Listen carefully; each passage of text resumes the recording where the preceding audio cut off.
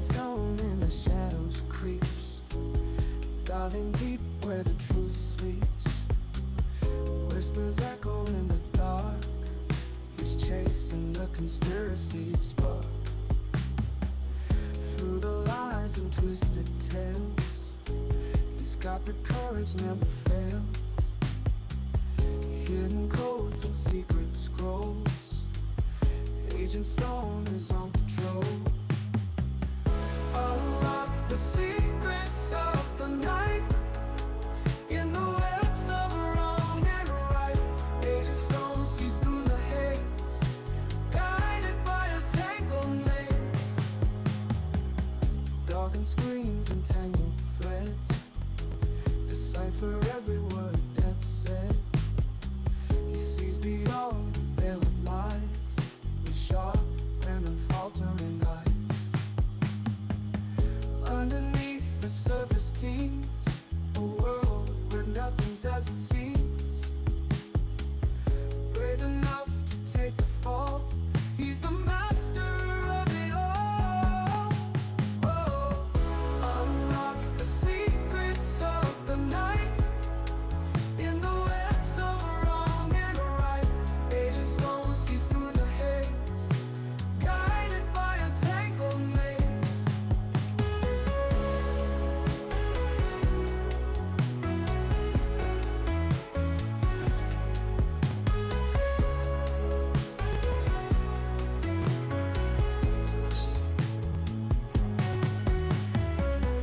Underneath the surface teams. Hey folks, welcome in, welcome in. This is another episode of Mainframe Multimedia. Now, this is not quite H Will Reacts. This is just some content that I needed to do. It started out as a React content. For those of you who know about the tendernism situation, it's kind of taken a couple of lives, a couple of different avenues, and things like that. Long story short, everybody was hearing about tendernism, tendernism, unk. Some people call Walter Johnson. He was, popping up, doing what he was doing, Destination Smokehouse. You know how it goes. And some of you may or may not know Keith Lee, big, big,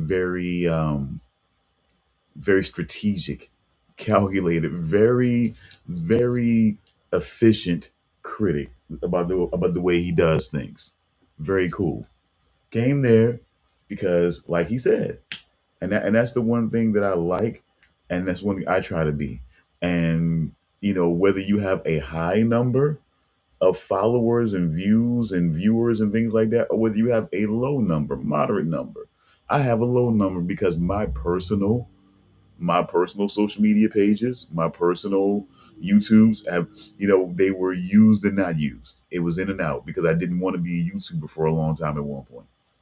So a lot of what I was doing, outside of the internet, on the internet, was mostly journalism stuff, doing my own magazine, publishing things, editing, doing a lot of the skills that I got a degree on right now, and even more technical digital stuff. So it's just now I'm trying to push more, not just be a YouTuber, but I am a YouTuber, but not just be a YouTuber, put more stuff on YouTube, put more stuff in other brands and find other ways to do things if I can do it. So here we are. And so, but I just like the fact no matter what stage of status, followers, views you're in, to want to work with other people, to feel like other people's creativity and things like that makes you want to connect with them. Whether people think it's a clout chase, or we're trying to farm that person, get their, get their motion, their traction, and try to see if we can pull it on us, whatever you want to say, it's fine. But I'm not going to stop connecting and networking with people, because that's what networking essentially is. But, neither here nor there. Point that I'm trying to make is that Keith Lee was simply drawn there because of because of tenderism, and because of the genuine support, attention, that he was getting, and being that guy that you can feel that's coming from a real place for him. And he felt the same thing. And he went down there to, what I'm saying, to basically, build with the guy, what I'm saying, to give him a pat on the back and say, we respect what you're doing out here. And to have that situation go the way that it went was just, that was the first indication that Nick Yepremian was out of touch. He was out of touch about how Keith Lee operated. He was out of touch about a lot of that.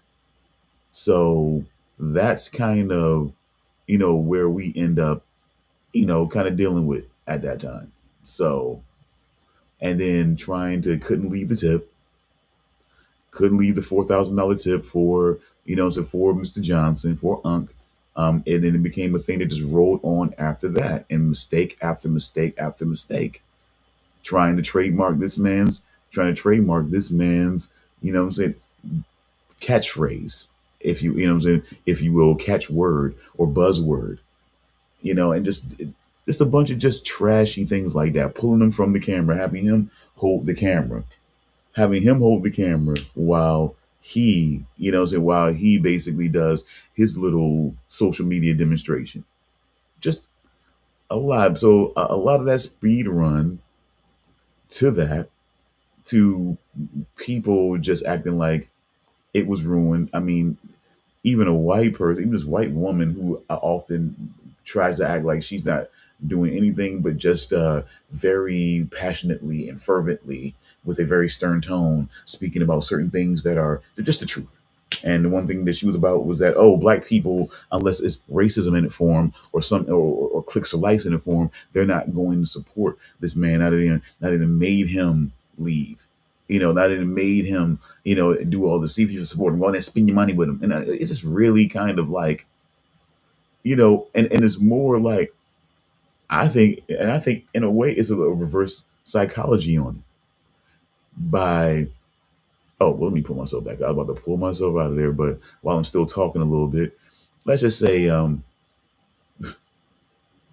love this anyway. But let's just say it's a reverse psychology, because if you get people and you're speaking in this tone, what's it gonna make? What it's gonna make people do is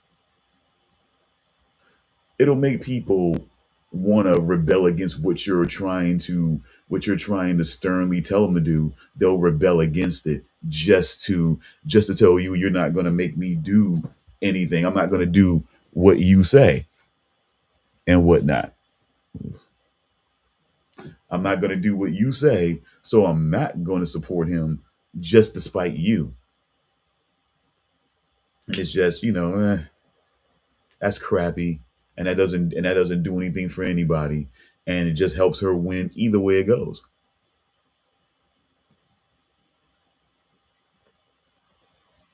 You prove her right, and you allow her to keep you from helping someone that could really use your help also. So that, but then when we get here, but this is where we now are. This is where we start.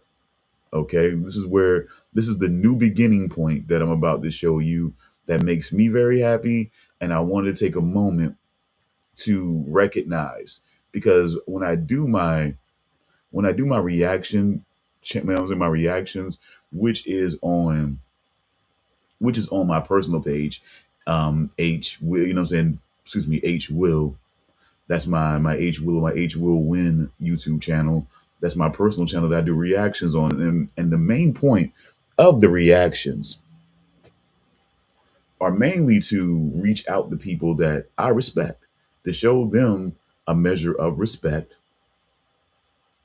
Oh yeah, look at the scary door, the light mine, and wonder what's behind there. But anyway, just playing.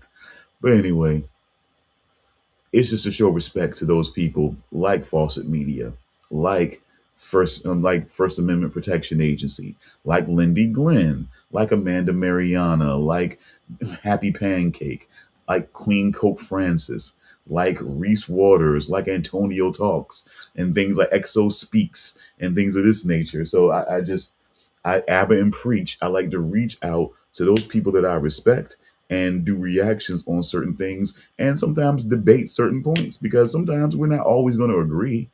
Like beyond to give you a prime example, I used to like and watch a lot of Jim Rome content, a lot, because it was always I didn't always agree with what he had to say, but when he said something, a lot of times when he was speaking and he was speaking on point, he was speaking on point. Sometimes it was just philosophical differences. It was never a thing of he was saying something and I had to get over his, I don't know, racism or whatever to get, but anyway, this is appropriate right now. You wonder why I still have this up? It's quite appropriate, actually. So we'll get into that. We'll actually get into that there. Let me see. We'll show you why. And I give great respect to Fawcett Media because people who think a lot of stuff just for content and people really don't care and this, that, and the third. I want to show you a guy like Fawcett Media and how he reacts to this news. Okay, y'all, so this one's fresh off the presses, man. Walter Johnson, Mr. Tendenism, is now the official owner of the trademark for the word tendenism. Give it up for him, man. I'm hyped right now because I feel the emotional pull. All of us fighting, all of us saying words, all of us putting our words out there like help this happen, man. And I'm so proud of Walter for stepping out on his own as a man and becoming the business owner that he was meant to be, to really be able to profit participate in the business that he created. Give it up for him, Walter Johnson. Let's take a listen to what he had to say about his trademark for the word tendenism. I'm not at Destination Smokehouse. I'm with tendenism now. Here I am today. Attorney Harris reached out, talked to me. We have a meeting. He's the original owner of tendenism and the trademark. And today, he said, well, I'm gonna get the trademark to you. Let's go. And he is. Boy, look, Attorney Harris. Man, y'all know the appreciation. Things have been happening. Yes. God is good. God is good. God is good. It All wouldn't the have time. happened Yes, sir. if it wasn't for him. Let's And now go. look at it. Hey, family, see how we reach out and touch? Long time coming, but time is here.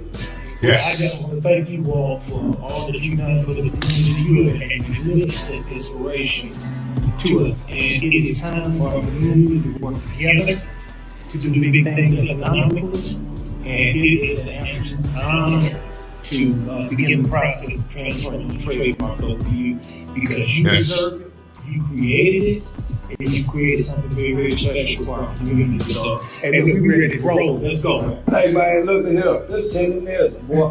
I'm finna really, y'all. You finna have fun. I'm finna take a ride. United States. And I say one thing today. Booyah. My man. Right. We got the trademark. Tendenism. Trademark. That's beautiful, man. That's a beautiful thing, man. I'm gonna tell you something. I'm gonna tell you something else. I'm gonna tell you something else that's beautiful. Math. I dare you to let me build you a completely free e-commerce store preloaded with 20. And, I'm gonna tell you something else that's beautiful. That this man was willing to have this kind of emotion. No edits, no pulling that out. He wanted that to be seen. He wanted that to be there. He wanted that to be felt and shown. And I respect that. That's a beautiful thing. That's a beautiful thing right here, folks. What you're seeing here, this emotion, that's not fake. That's somebody who really he's one of the people. He's a person like myself who knows, who's grown up in communities and areas where people maintain businesses, maintain, what I'm saying, what people call hustles, what I'm saying, because that's how it had to look. because of systematic things, because of the way people looked at, at people with our skin color. It had to look like a hustle, because that's the only way that, that they can move and do what they needed to do without people bothering them, without people making a big deal out of what they were doing. And then the people in the community were just keeping it contained. They were keeping it insulated. They were keeping it protected to where, to where basically no one else would bother it. Give me a quick second. I know.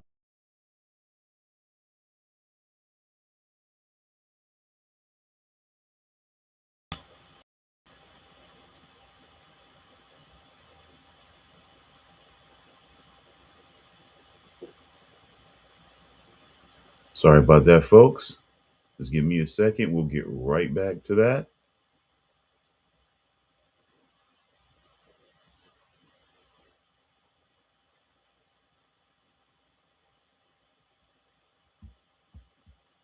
But again, just like I was saying, that is a beautiful thing right there.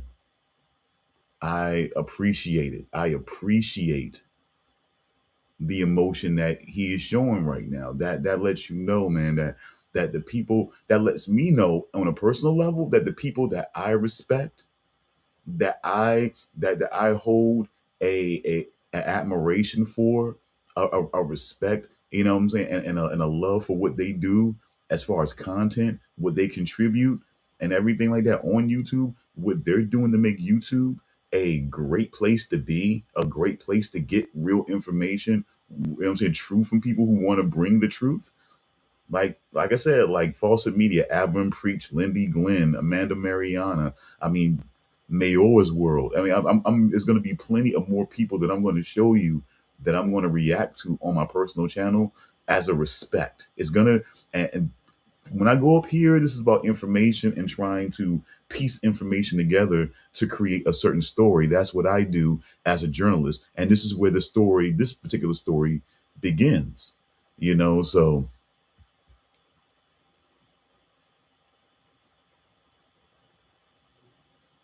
Let's see where we're at here.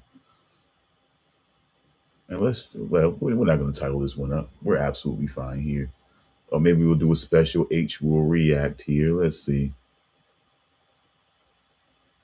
Yeah, we'll put that up. Yeah, we'll put that up here. We'll do a special, this, because it started here.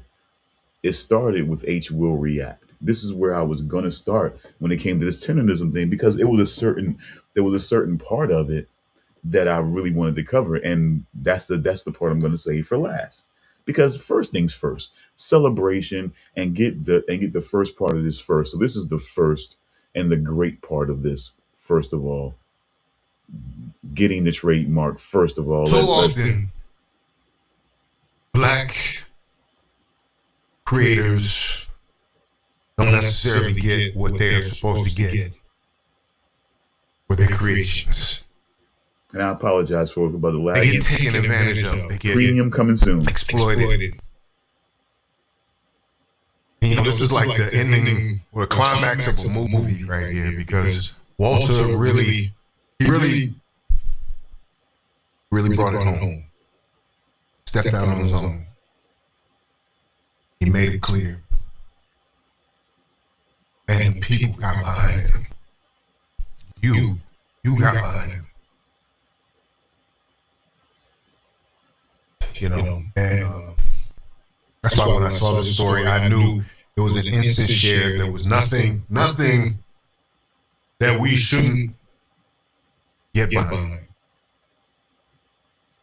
Because this is how we want to honor our elders. This is how we want to honor our ancestors that weren't able to participate in the same way. The Aunt Jemimas, the Uncle Bens. I said many times, I was like, I saw the potential of tenderism for Walter to be a part of this thing. And I just think it's so beautiful. And I'm so glad that he's able to really put it out there and really officially own it. And shout out to that attorney. Shout out to that attorney for having the forethought to get out there in front of Destination Smokehouse. I absolutely agree. Absolutely agree. just as things are supposed to happen, we get tenderism. Tenderize the world. That's what he said in the last video. But it doesn't stop there, y'all. One of the other main people that was pivotally responsible for this happening was one Mr. Keith Lee. But he'll never take credit. Creator, TikToker, / MMA fighter was on Big Boy's Neighborhood. Shout out to Big Boy. And he finally broke his silence on the tenderism situation. Man, this dude named Showback out of Japan. You don't even know that I rock with him like that. Hey, man, and Keith Lee, what happened with tenderism? Oh, yeah. Let's talk about it. Yeah. So we went, one that was the most highly requested place that we have had since, I feel like since we started. Easily over 30,000 requests to go and try to food over tenderism. I was drawn to Unk. Is Walter, I believe his name is Walter Johnson, right? I don't know. I gotta be honest with you. In a way, I kind of like it, but I kind of don't. Like, because it gives a different look. Now, this right here also just kind of, but it's, but it may not, it may be a weak veil of me trying to adjust the information, but to see it moving in this speed, although I can adjust the speed myself anyway, but for it to go like this, it's still an adjustment. So, I mean, I'm still going to go premium, by the way. Let's not even mistake that. I'm still going to go premium. I don't think that not going premium to keep it like this and to keep myself out of YouTube trouble, because I don't think it kept me out of much trouble the last time. So, but at any rate, let's just get into it.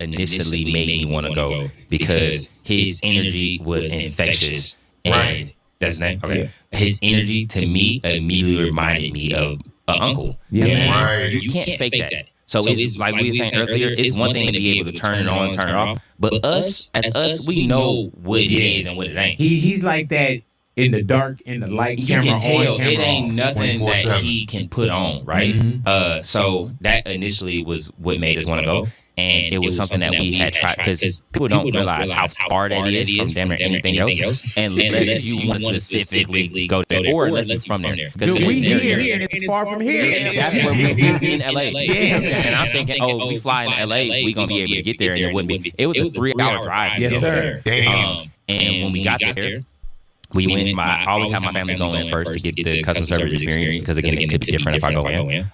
We got the food. The food, in my opinion, was good. Was it amazing? I wouldn't say so. Right. I think there were certain parts of it that were amazing. Like the oxtails were incredible. Some of the oxtails I've ever had in my life. But I love beef oxtails, rib, that one of my top favorites when I go out to eat Jamaican. That's one of my favorites right there. I do my own jerk chicken at home, so I rarely go out there to have someone else's jerk chicken. Let's see how this does. Awesome. All right. So I rarely go out and have someone else's jerk chicken, but curry chicken, sometimes I won't.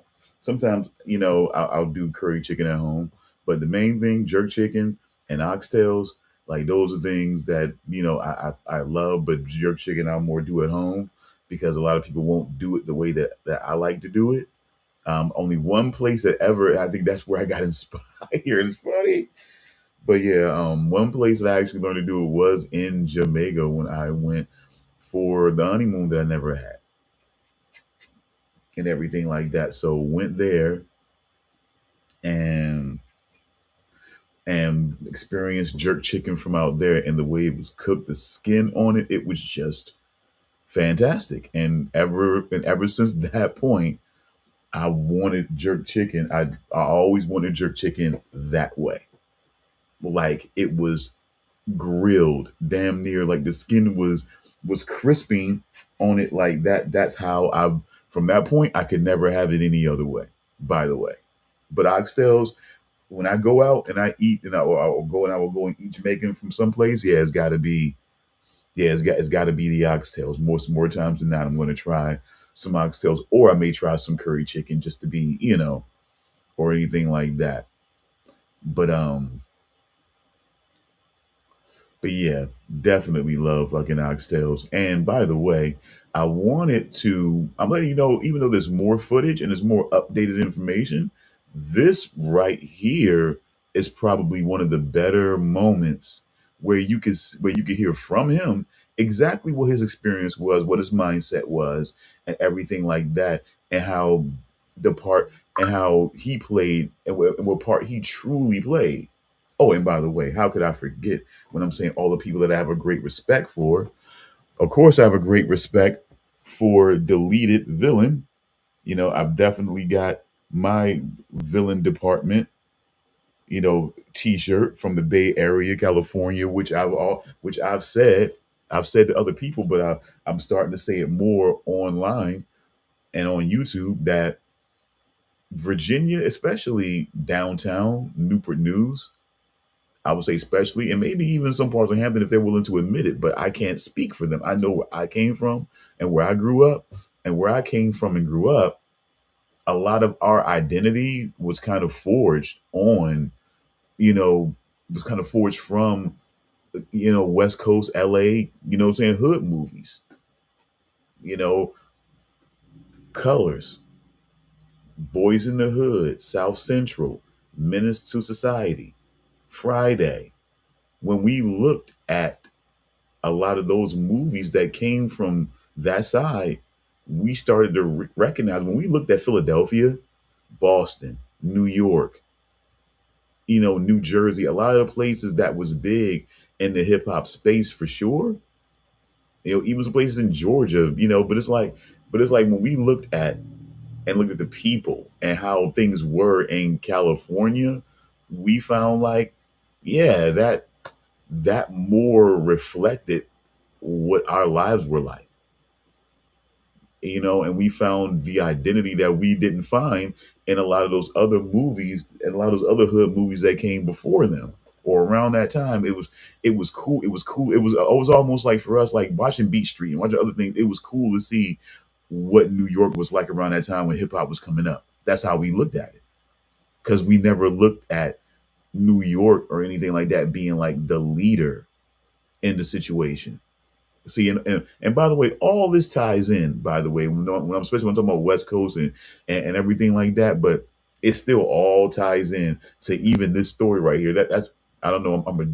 I'm a journalist. I'm big on stories. I'm big on information connecting and tying into a bigger point. So it's kind of ironic and weird that I have this one on. I chose to wear it, but it wasn't done strategically. But when you look at it and you really and you recognize, it helps you remember, like, oh my God, I mentioned all these people and didn't mention Deleted Villain as a person that I greatly respect, being over here and having, ironically enough, the Virginia villains. That shows a more eerie connection between California and Virginia anyway, even on a smaller level. That somebody over here has Virginia villains, clothing line in a couple of stores here in Newport News. And then there's somebody over in California that has, what I'm saying, deleted or villain gear and thing like that, villain department, over in California. There's also Church's Chicken. We also have Church's Chicken in common. Funny enough, we also have Aaron's and Rent a Center in common, as Ray Vaughn pointed out when he did Crash Out Heritage, a vicious diss on Joey Badass. I recognize at that point, like, what they know about Aaron's and Rent a Center over in California. It's crazy. Like it just shows you the eerie connection. I knew a guy that I was when I was in the Army National Guard. I was going through AIT, Advanced Individual Training. That's sort of like the college aspect of like military life when you're going through training. Met this guy Sam's, and he put me on to No Doubt first of all, like because he was from California. That's when I first got put on to No Doubt and everything like that, and realizing that he was from Newport Beach and I was from Newport News. It was just like we were like it was almost like we were like destined to be friends. It was almost like it was crazy. But anyway, just kind of giving you some memories about California and just being over in California and just letting you know that yeah, a lot of what we ended up becoming after a while was forged in the fact of, California, man. And I got to say, as a little kid, a part of what shaped my view as far as like what was cool, cars, even the Hollywood Nights. Anybody who want to see some of the coolest cars, like there's two movies that do that for you, and both of them were based in California. I believe. Definitely Hollywood Nights, of course, based in California, but I do believe Gone in 60 Seconds was also based in California. And the coolest cars you could ever see were in both those movies. And it's just, and as a kid, when I was seeing that movie, when I wasn't supposed to, by the way, too young to be watching that type of, but watched it and seen just some of the coolest cars that I ever, it kind of shaped eventually the car that I actually own right now. So it's just, just a lot of, it's a lot of memory when you put in California and into a situation, which is kind of ironic with the story and the final part that I'm going to tell soon. It's just funny when you see all of this. How I started out in hip hop, listening to hip hop. It was initially listening to Too Short, Ice Cube, NWA, AMG, MC8, DJ Quick. Eventually getting to East Coast over here, as I started realizing there was this whole region thing. But yeah, initially it was like West Coast music, man. Richie Rich, like King T, King T, Spice One, for sure. But anyway, let's get back to this. Sorry, folks, I had to share those memories. Sorry. Let's get back at it. Was infamous for falling off the bone. It was a slice, allegedly, it was a slice in the back to where if you pick it up, the entire thing falls off. Right. Instead of it just, Yeah, we heard that too. Yeah, instead of it just coming off. You didn't know that? Yeah, that's a little slick maneuver there. But, Walter, being the team player that he was, he went out there and sold it like it was falling off the bone. Like it was so perfectly smoked and seasoned that it was just falling off the bone. He made that real. He made us believe that was real, man. And that's when he smokes that too beat, quiet. Turn your sound from 100% to 600% with volume max. See that's the hit thing add that I to understand. Chrome, When it he installs. smokes the beat, it's real. pre-cut. But it takes a level of work. It takes a level of work to get that meat to where it's doing that. It takes a level of work. Trust me. It takes a level of work to get it there. And if you're not willing to put the level of work in, and that's why you see even right now, you'll see footage of Nick Yepremian, the owner of Destination Smokehouse. He will say things like it doesn't have to fall off the bone because he knows that he doesn't want to put the work in to make sure that happens. He doesn't have to feel for it like he does. That man could probably smoke meat, leave that shit alone for a couple of hours. Motherfuckers worry, but he knows. He knows exactly what he needs to do and exactly the time frame that's going to get that meat right to where he needs to get it. So he doesn't even have to worry about it. But some other people, they don't understand, they don't know, they get worried. They get, are we going to overcook this? Are we going to, like, you just get too worried. So you think as long as we can get it tender, and there's ways to get it tender without, without doing the painstaking thing that Unc does. There's ways, right? There's absolutely ways. But to get it the way he can pick it up and shake that bone and it drops, it takes work to get it there. It takes work, folks. Excuse me.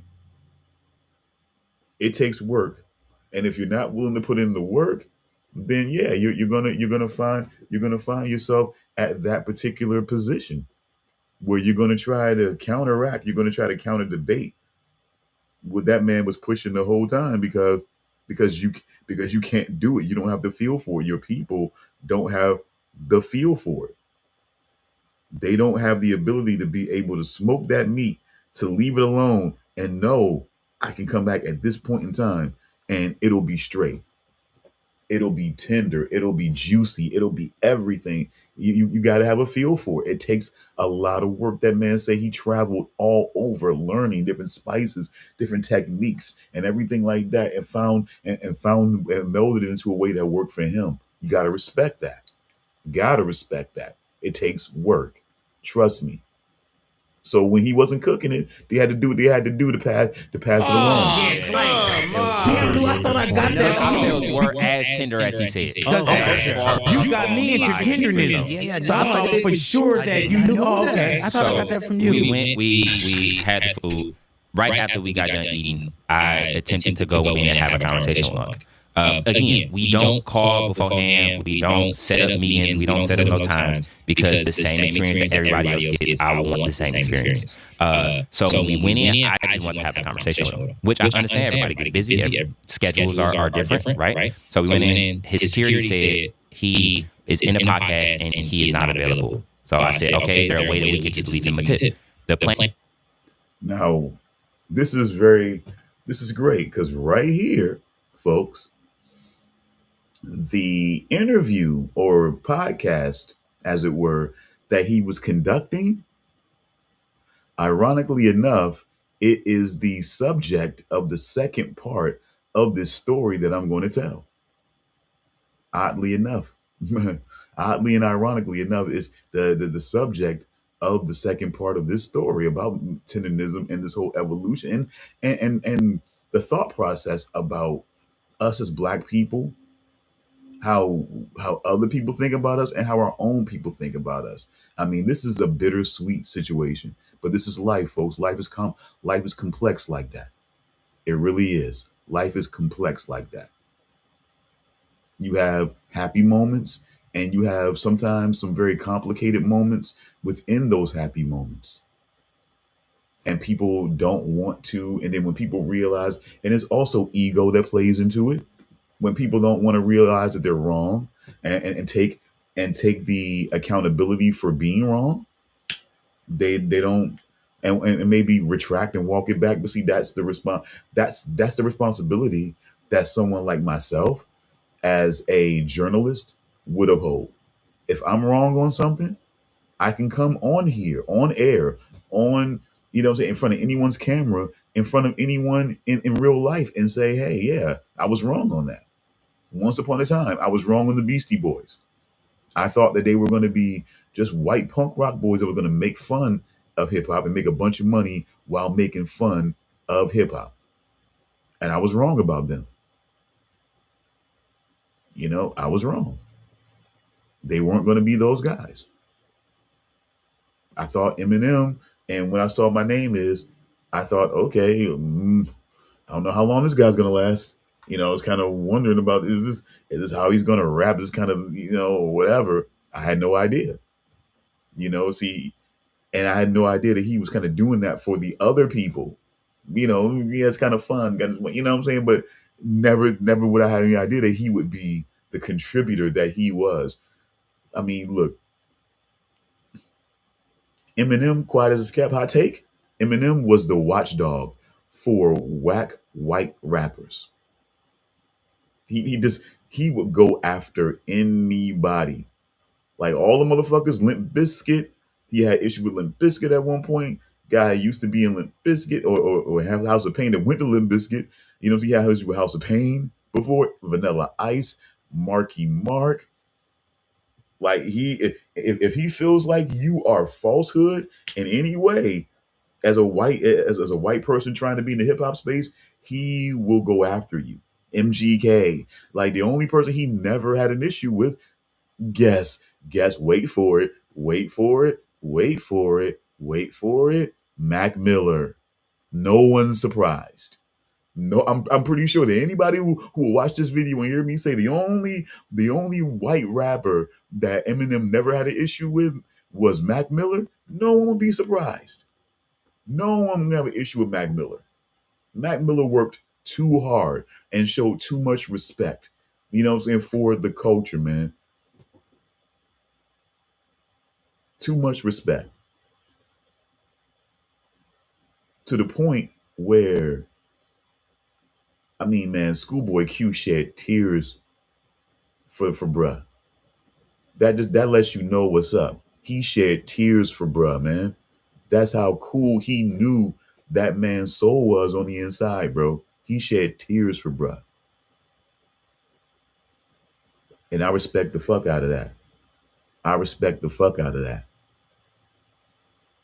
Because not a lot of motherfuckers, man, could gain that kind of respect, man. Eminem was one of those motherfuckers who gained that respect.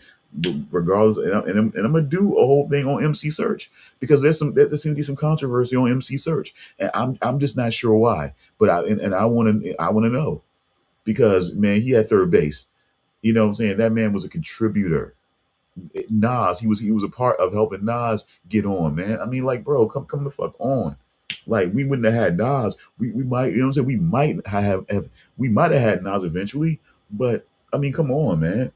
You know, I mean, I think Nas was one of those undeniable talents that he would have found himself out there, but that man saw it, man. That man saw it and wanted a guy like Nas out there, man, reaching the people, man. That just shows you he didn't like fucking Hammer. You know what I'm saying? They had the respect of Run DMC, money. Come the fuck on, man. Early MF Doom. They were connected with early MF Doom. I'm just saying. Let's just keep it going, because it's getting drug out. But let's and was to leave him $4,000. And leave $1,000. I initially had $5,000 cash. I wanted to leave $1,000 to pay for anybody to come in line after us, and then $4,000 directly to Unc. Which, by the way, is what he does at many different locations. And I don't know why the owner, Nick, didn't understand that in his response. But we can see now, kind of after things have played out here, we can see why he took offense to that. And he still wasn't happy with what Keith Lee said right there, which was consistent with what he said in his review. But we got it now. We understand now. And it wasn't from a place of I felt like Unc was struggling or Unc needed it. It was a way to say thank you for what you do for our community. Thank you. We know what that is. We know how important it is to have strong Black old men that are positive role models in the community and that bring laughter and bring joy and bring energy to us, because it's not a lot of times where we have that representation for older Black men. Right. And I think it's getting less and less the more we get media. I haven't seen a lot of old Black men with gray beards. Yeah. Talk about it, because the life expectancy of a lot of Black men is short. So Unc already beat the game. That's what they don't understand about this. The positioning of this. Some people might just want to minimize it down to like just talking about barbecue, but like really think about the power in the media of having a positive older Black man. Like, who do we have? Morgan Freeman?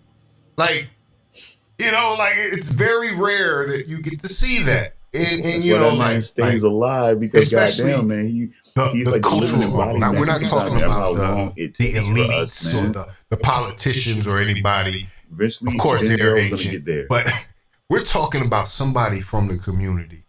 We instantly recognize who Unc is, and we got love for him, especially from the foundational Black American community. You know, we know that.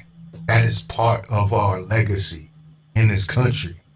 And especially in something like barbecue, which has such a rich history in this country and the origins of it. To have this man passing this down is a beautiful thing, man. Are fun and can joke with a bunch of different cultures and bring cultures together. So that's why I wanted to leave him the money. Security pretty much told us it was over with. It was done for the day. There was no way that we was going to be able to have a conversation with him. So we ended up leaving. We ended up passing that entire $4,000 out to the community. We stood in front of Destination Smokehouse. We met a lady who was driving She was riding a bike and she had a stroller attached to her bike, and she said that she was taking her niece to school back and forth. So we left her $1,000. It was a lady who had just lost her dad that cried the second she saw us. We left her $1,000. We met a lady who was a cheesecake. She made cheesecake like a bakery owner. And she was making cheesecakes by hand and packing them, and she was there the entire time we was there for 3 or 4 hours. I want you to know about this too, man. And we met another lady who also we had a full conversation with. Left her $1,000 and we left. Keep that in mind. A video comes out maybe I'm just gonna be there by the way. A week. Just a little Yeah, he update for blessed you. the community. That's kind of the part that gets left out of how Nick was telling the story of what happened that day. They're like, oh, we would have stopped the interview if we knew it was Keith Lee. Well, that's the whole point. You're not supposed to stop the interview. He's supposed to have a candid. He's supposed to send his family in, and then he's supposed to get a candid response to what the food is like, what the experience is like at that place. Later or 2 weeks later, and it's the owner of Destination Smokehouse saying that I was basically, I'm paraphrasing, but I was trying to do charity to Unc, and I was singling him out, and I shouldn't have singled out a business owner. I should have given the money to every person around that was inside the business. You know, that's a lie now. Business Bunch of nonsense, in my opinion. And that it was something that I did on my end that was negatively affecting things, even though I just honestly gave my opinion. And it had nothing to do with the food. They were saying that because I didn't give Nick, who was the owner, the $4,000, that was part of the issue. Yeah, and I didn't see it that way. I still don't to this day don't see it that way. Neither do I, bro. And I think Unc moved on. Yeah, and I think they trying to lock up on tenderness name. And then I just saw afterwards, I just saw some and I just saw some disturbing videos from Old Boy too. And you know what I'm saying? Yeah, man. It was just a lot. But I had a conversation with we talked about it, and things got misconstrued, of course. And Unc is exactly who you think he is. I got on the phone with him, and the first thing he said was tenderism. Yeah. First thing, he didn't say hello, he didn't say hey, he said tenderism. So we had a conversation about doing something in the future. We haven't fully locked that down what that is, but just know that if I was to ever do something, it's from my heart. And I genuinely enjoy what he brings to the table, just from a personality standpoint. And I stand for the underdog. I stand for the people who aren't blessed enough to have a visibility spot. And if I'm blessed enough to have that spot in visibility, I would not go to sleep knowing that there's people around me that don't have it, that can't have it. And I'm going to pass it around. I see you just did the kindness with Darkman as well. Yeah, that's cool. Yeah, man. And you guys went and y'all did that, and it was a lady that had a food truck, right? A Mexican food truck, and she had it was a taco food truck, and she was saying that was her second location that she attempted to open because the first one closed due to having low business sales. And we left her $10,000. Yeah, man. Nah, and that's just great work, bro. Yeah. And I love that it could be I and me, for sure. but you really do us and we. For sure. And I think that's what was going down with the spot that you went to go try to bless Unc at as well. It was one that just happened yesterday. It was a lady. Her name is KMay72 on TikTok.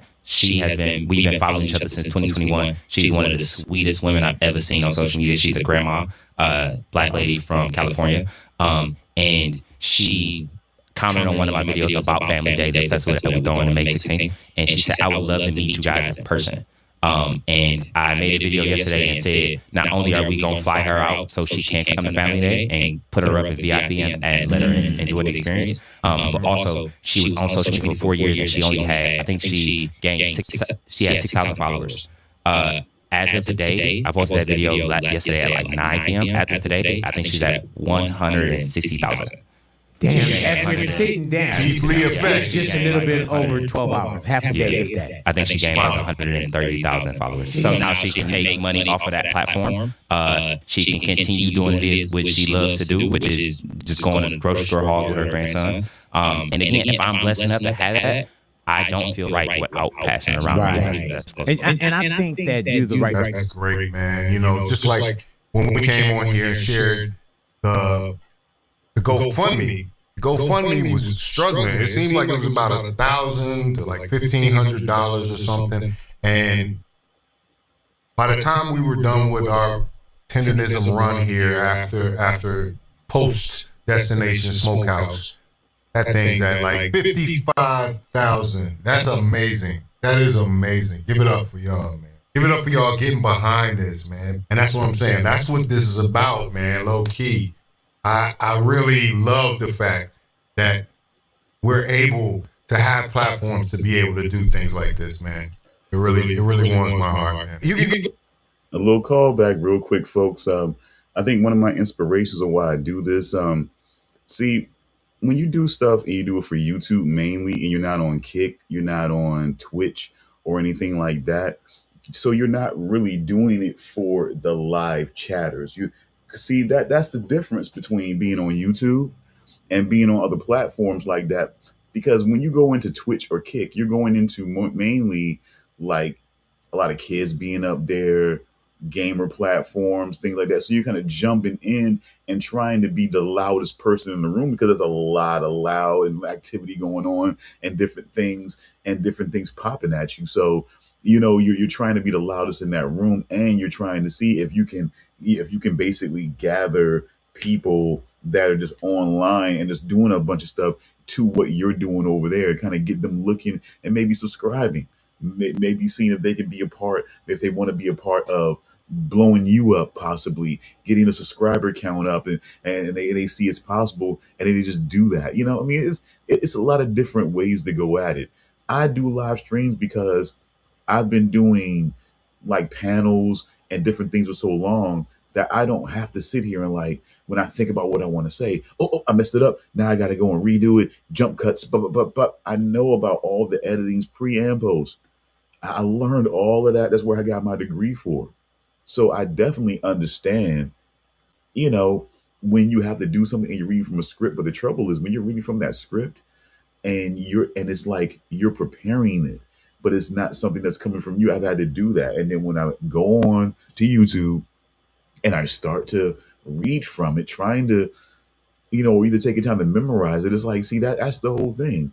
You write something down to pre-prepare it, and then either you take the time to memorize it or you put it somewhere where you can read from it. And if you mess up, then you feel like you got to go and redo it to make sure it sounds right, to make sure you're saying exactly what is being said on your script. It's just not fun. I go to Wayne's World. That's another one that inspired me. They did a show. They basically had their camera. They had their basement. They would do their public access show, and they would just do what they would. They just do what they would do. Bring weird people on, and they would make fun of them. And this is where we're going to get to. Look, a little call back to Wayne's World. Little callback to Wayne's World. Go check out the rest of that interview on Big Boy, on Big Boy's Neighborhood, on Big Boy's YouTube channel. Shout out to Big Boy, legend in LA radio, man. One of the best to ever do, let's just be honest. But I hate to leave it off on this, but the owner of Destination Smokehouse decided that he wanted to respond to all the backlash he was getting. Let's just take a listen to what he had to say. Good morning. My name is Nick, and recently there's been a lot of conversations about Destination Smokehouse that don't fully represent our history or what we stand for. Today, I want to speak directly to our supporters about Walter Johnson and his involvement with Destination Smokehouse. Walter was never asked to leave. The application to register the trademark for tenantism was not filed without his knowledge. Walter was an early source of inspiration for me, and I've always been grateful for that. Look, I gotta y'all just one more time. I gotta put that up. Y'all just believe kidding. that? I know for sure I they gotta put that fire up. in the publicity and the GoFundMe and everything that happened I after don't think that. about this So Lion King. I don't know. I'm Somebody's Lion lying King here. song, Circle You of gotta Life be song honest with here. lawsuit. It's funny. This is a So I learning gotta make situation for you, man. And see, the thing about our community is that foundational Black Americans have been some of the most accepting and forgiving people. Okay, that was funny. But you just gotta that come was right. funny. That was funny. Okay, You gotta be right. that was. You Funny. can't come here with no half stepping. But real quick, now, folks, we got to take it to a different space. Let me see. Oh well, let's go here. I think that'll be better. Oh. Well, you know what? Actually, That is more desolate, but let's do this. Let's do the graphics because I love my little. Okay, let me see. Where are you? Where are you? There we go.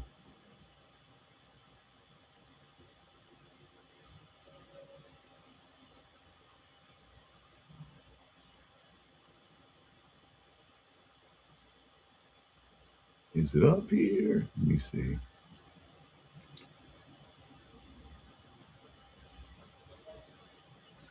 So I got nothing up here right now.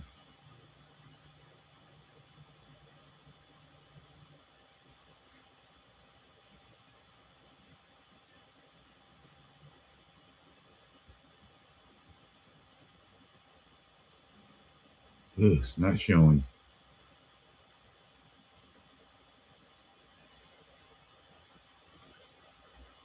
What's going on with the welcome joint? Okay. All right. All right. Fine. We just got to take it off at this point. So let's just do this.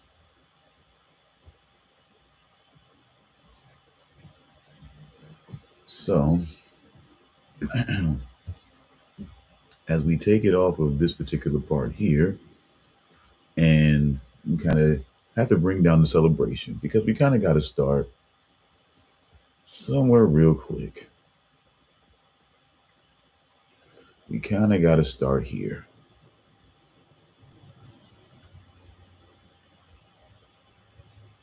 Let's start there. This is Tupac, and this is the Outlaws. And a lot of their names, which I should, out of respect, should have pulled up but their names mainly were of, of different, I guess, perceived, dictators and tyrants of other, people of color countries and nations. Idi Amin, of course. I think it was, I think May have one Ayatollah, or,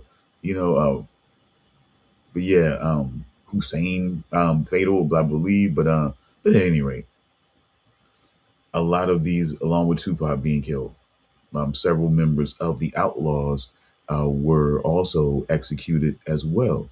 One of those who survives is, of course, Idi Amin, pictured here. We can possibly do a bigger one here, possibly. See, that doesn't make it bigger. Let's see. Does that make it bigger? Nope, that doesn't do it either. So let's see. That should do it. That's not doing it either. Okay. So let me see. Let's go here.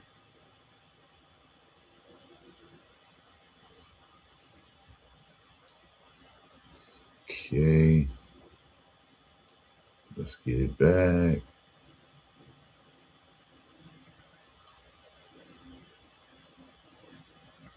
Let me share the screen here.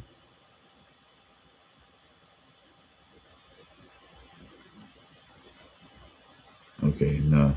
Okay, we gotta stop sharing on the other side. Okay.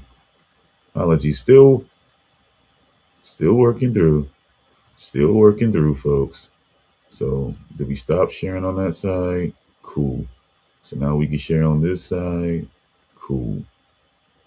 All right, let's get that back up. See if we can make a bigger picture here. Okay, hopefully that's bigger for you. And you can see, but I can also, give me a quick second. I think I can. Is I gonna get them in closer? Not quite. Okay.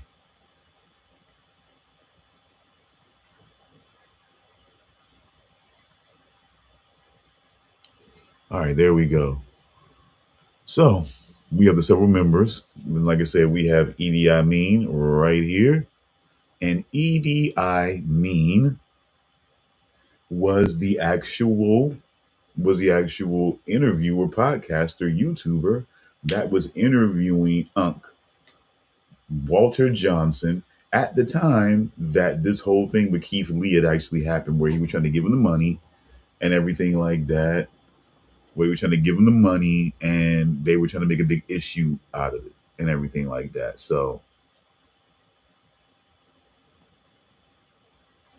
And anybody who knows me knows that definitely Tupac is definitely somebody that I had a great respect for sure. He was somebody that, like, definitely when I first started buying my own music in the '90s, when I became a teenager, like, he was one of the first, joints that I bought. I bought two of his joints, as a matter of fact. All Eyes on Me and the Machiavelli CD. Definitely bought those. But I also bought Life After Death. Just so you know. Just for reference anyway, because I'm definitely wasn't picking a side when it came to a lot of different situations for sure. Now, I mean, NWA, I was taking Ice Cube side. Okay, let's just be real on that. When it came to NWA, I was taking Ice Cube side. When it came to Death Row, I was kind of taking Dr. Dre's side. When it came to D Barnes, I took D Barnes side, by the way. That I don't give a fuck. And she tried to, and by the way, while we're in this memory real quick, because she tried to explain that, yeah, it was kind of a thing that kind of happened, that she was on the set of, I believe, Boys in the Hood, and they happened to, and they happened to want to bring Ice Cube on, and he said what he said. But I mean, that was right after they were able to go up there and say what they said about, about Ice Cube. They ain't picking a side. They're not affiliated. For them to be acting like they need to pick a side. Fuck all that. But anyway, anyway. But this was definitely a group, and an artist in a group that I definitely respected. When it came to certain things, I was definitely Bomb First. Love that shit. Bomb First. Saying Hail Mary. That they were featured on. That the Outlaws were featured on. Those are some of my all-time favorites, by the way. I'm going to be real with you on that. So music wise, I'm always going to respect Edie. I'm always going to respect members of the Outlaws that survive and check their stuff out. That is one thing for sure. The one thing that I had to get over recently as a journalist and a content creator, YouTuber, is like rappers that I used to look up to. Like all of a sudden, as I'm starting to make my rise and get into my and so I get to more of my mature phase, to where I feel like I can really handle what I'm trying to do right now, and what I'm trying to uphold, and the platform and the thing that I'm trying to push right now. And it's like, to have those guys all of a sudden, they've had their rap career, they was able to make the money they were making, touring, everything like that, and they were able to do all of that, and now they want to be podcasters, content creators. They want to be on YouTube. We want to be on YouTube, but not for a music video. They want to be for content and shorts and clips and things like that. And at first it kind of gave me sour grapes. At first, I was kind of salty about the situation, because it was like, man, I'm trying to do this. I've been doing this for a long time in different ways, and all the way back when Google Plus was the big thing for a lot of people who were long form thinkers, and YouTube just wasn't doing it for a while, because you damn near had to almost kill yourself in order to be taken seriously, in order to get views of any kind. So it was just like, or likes or anything like that. So it was just like, all right, you get beyond that, but you start realizing that, look, man, guys got stories to share. They're being creative. They're doing certain things. You got to get beyond that. Do your thing. They're not doing what you're doing. So just get beyond that and keep moving forward with what you're doing.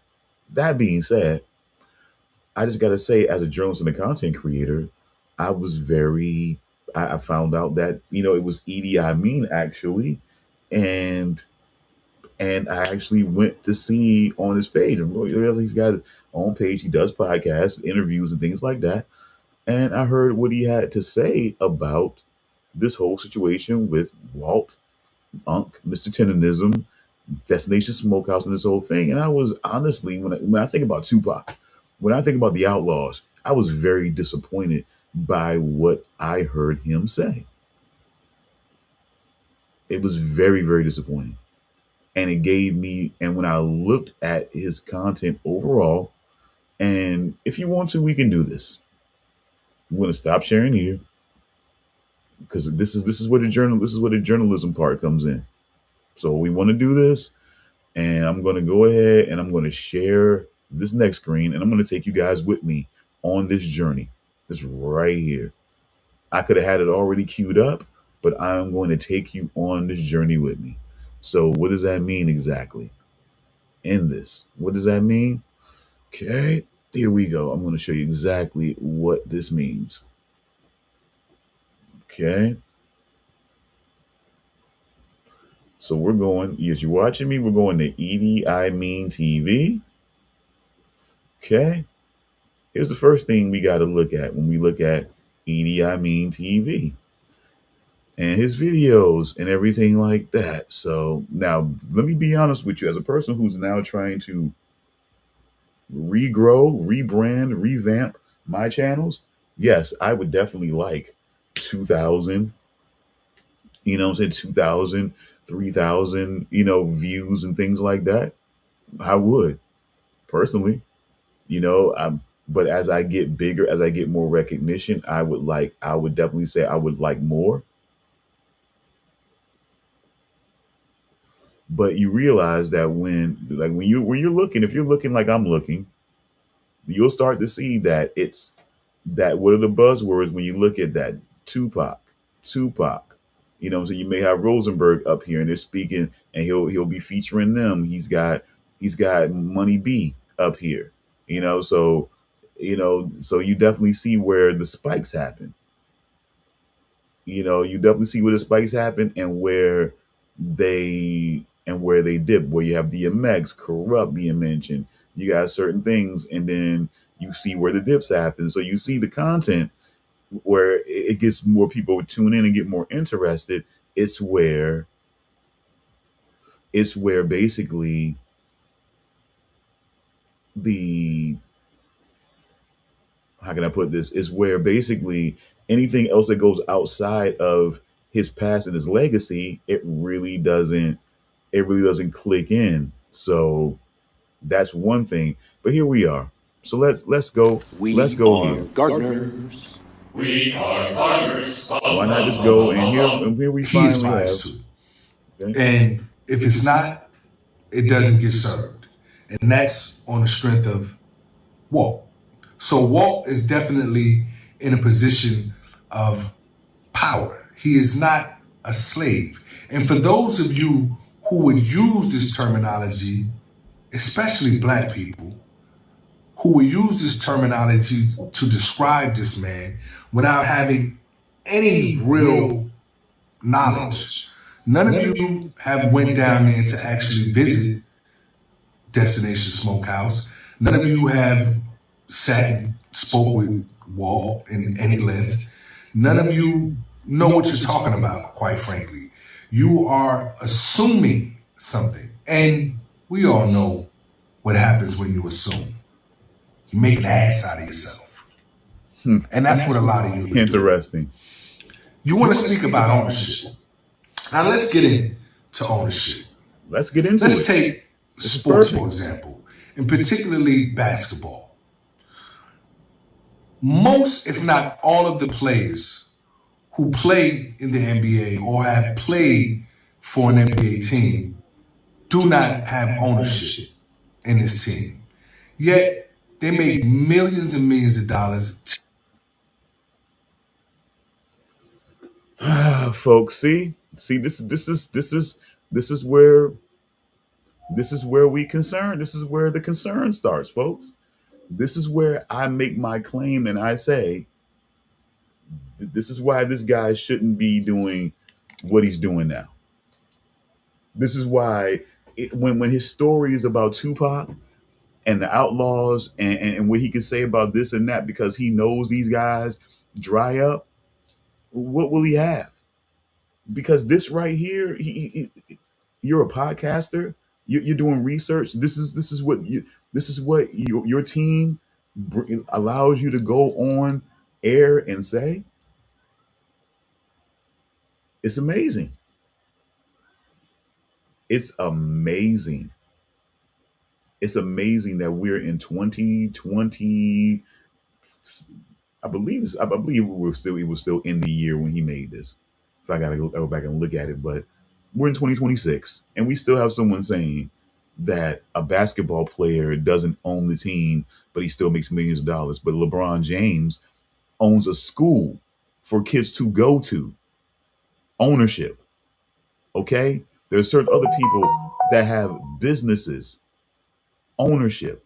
Latrell Sprewell, while being a basketball star, being noted for that, what was happening? Sprewells. Those rims that spin when the car stops, those were Sprewells. Those were Sprewell revolutionized and led the way of spinners on cars, on tires. Became a part of our culture. Ownership. See, ownership is not always part of the thing. But Magic Johnson, let's do that. Magic Johnson ended up having ownership in the Dodgers. Ended up having ownership. Ended up having Magic Johnson Theater, having ownership stake in Starbucks. Even though we feel about Starbucks and Israel and things like that, but okay. But I'm just stating the facts here as a journalist. This is what we're talking about here. We want to speak about a basketball player and having ownership. Let's talk about the basketball players that own businesses. Let's talk about the basketball players, even rappers who own businesses. Okay, but let's keep because see this is what I'm talking about. It's almost like I don't even have to sit here and keep explaining this. He lets you know why. Change the lives of their family and the lives of others in their life based on their talent. Walt came up with the phrase tenderism because we are a creative culture. We come up with slang easily. E40, for example, has came up with 75 to 80% of the slang that most hip-hop people use. He doesn't run to trademark this because we give freely. As a culture, we give freely. You know what? I got to pause it again, folks. I disagree with that. I disagree with that because the reason why somebody doesn't go and trademark, the reason why E40 wouldn't go and trademark fucking, a lot of the slang because people understand where that comes from, because the culture, the real culture, they used to understand, they understood where it came from, and you wouldn't, and you don't front on the person that brought that culture to you. That's why he would never go and fucking that's why he would never go and fucking trademark it, because in real culture, they know where that comes from, and you don't front on that, no matter what. You don't front on that. That's not about giving it freely because that's who we are. No, it's about understanding that the culture is going to protect you. No one's going to let somebody else come in there and it's like it's like Jerome said on Martin. Hold up, wait a minute, that's just wrong. How y'all gonna let them take my song? You know what I'm saying? It's like, yo, how the hood not covering me on this dude impersonating me right now? How the hood not covering me on this? So it's like that. That's what we count on. We count on our community, the hood, you know what I'm saying, to basically cover us and not let somebody else go out here and just take something from us. And that's why some people don't think that Drake is a culture vulture, because people think, well, we gave, he's showing love. You know how they do. People, he's showing respect. Probably that's probably what some of these doofies are saying. But then you see what happens to Drum, the big baby Drum, aka Shelly. You see what happens to the MO3. You see what happens to, you know what I'm saying? You see what happens to these people that, you know what I'm saying? You see what the issues were, the tensions were with Triple X. You see these things. And then you have to understand, you see what rapper Forte had to do in order to get his recognition for that smooth ass gangster pimp, you know what I'm saying? You know what I'm saying? Verse that he put on that joint. And it can't be denied. But see with Drake, but see with shit like that, and that's honestly, it still correlates to what we're talking about right now. It's funny how somebody could say something like this. With Drake, as a matter of fact, using his boy, his leader, man. You know what I'm saying? His main dude using his damn voice to play on some bullshit, man, for real.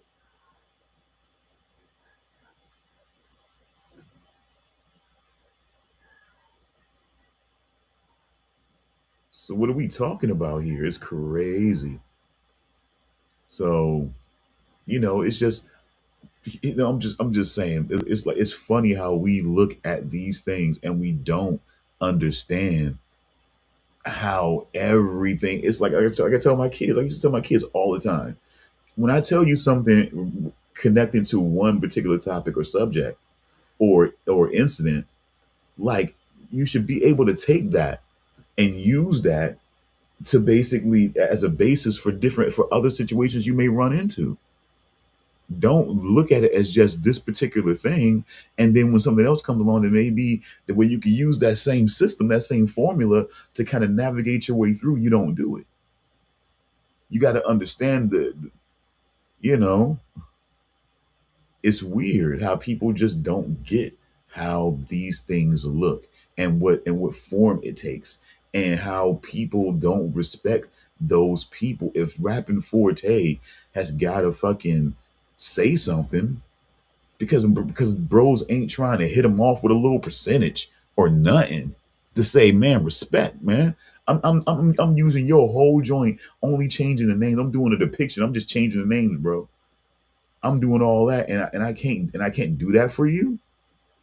Like, I mean, come on. You gotta see what this is, and you gotta understand that ownership is big. And when you trying to own other major shit, slang and words is small shit.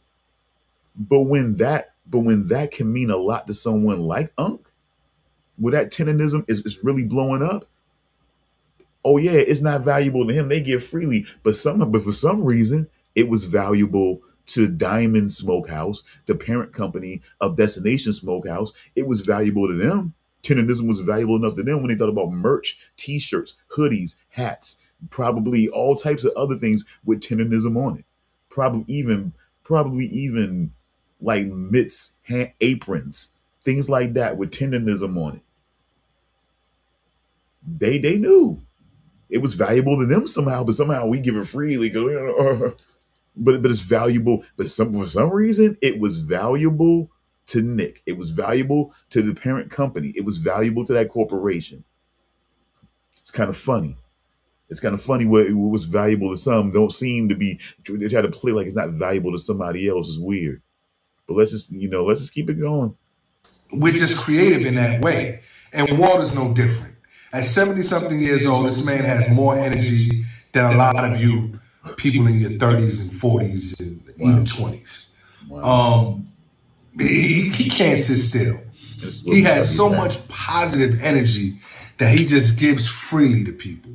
People come in and out of that restaurant every day to take pictures with Walt, to just have a conversation with Walt, because his energy is infectious. Now that brings me to the day that I actually did interview a TikTok, Instagram food reviewer that has become very popular by the name of Keith Lee. I even follow him and have followed him for a minute now on Instagram. Came down with an offering for Walt. He wanted to ask Walt some questions, and he had $5,000 to give Walt. As things take off in the space, I don't think he intended for it to go the way it's going.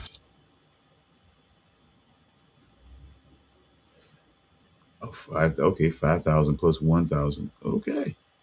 Now maybe that was written wrong, but the story that goes now is that he was going to give him 4,000 and give 1,000 to, he pulled 5,000 all together and was going to give 1,000 to pay for anyone who was in line to eat at that point, to pay for their food, and to give Unc 4,000 at that point. But Maybe it was written wrong, maybe it was understood wrong. I don't know, but let's keep it going. I think he just wants to show his love of food and his love of what it is that he's doing. I'm personally taking $5,000 out of my own bank, and we go in and say Happy Holidays to Barack Obama said there shouldn't be gerrymandering in America. 2/3 of Virginians voted to end gerrymandering. Sorry, folks. But now Richmond politicians want to draw maps for themselves again, and minority communities will lose their voice under these rigged maps. Vote no. Maybe eventually I should think about going premium on videos to cut out the ads.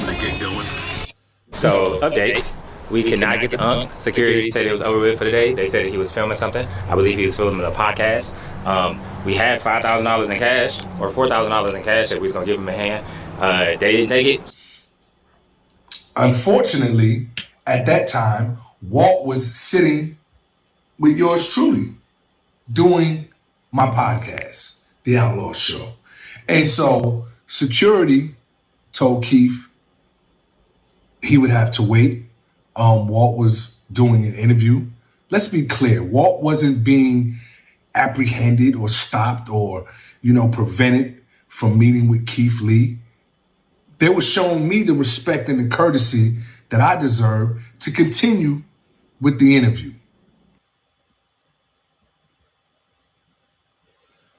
See, now there's another nuanced point there that I would like to kind of put out there real quick.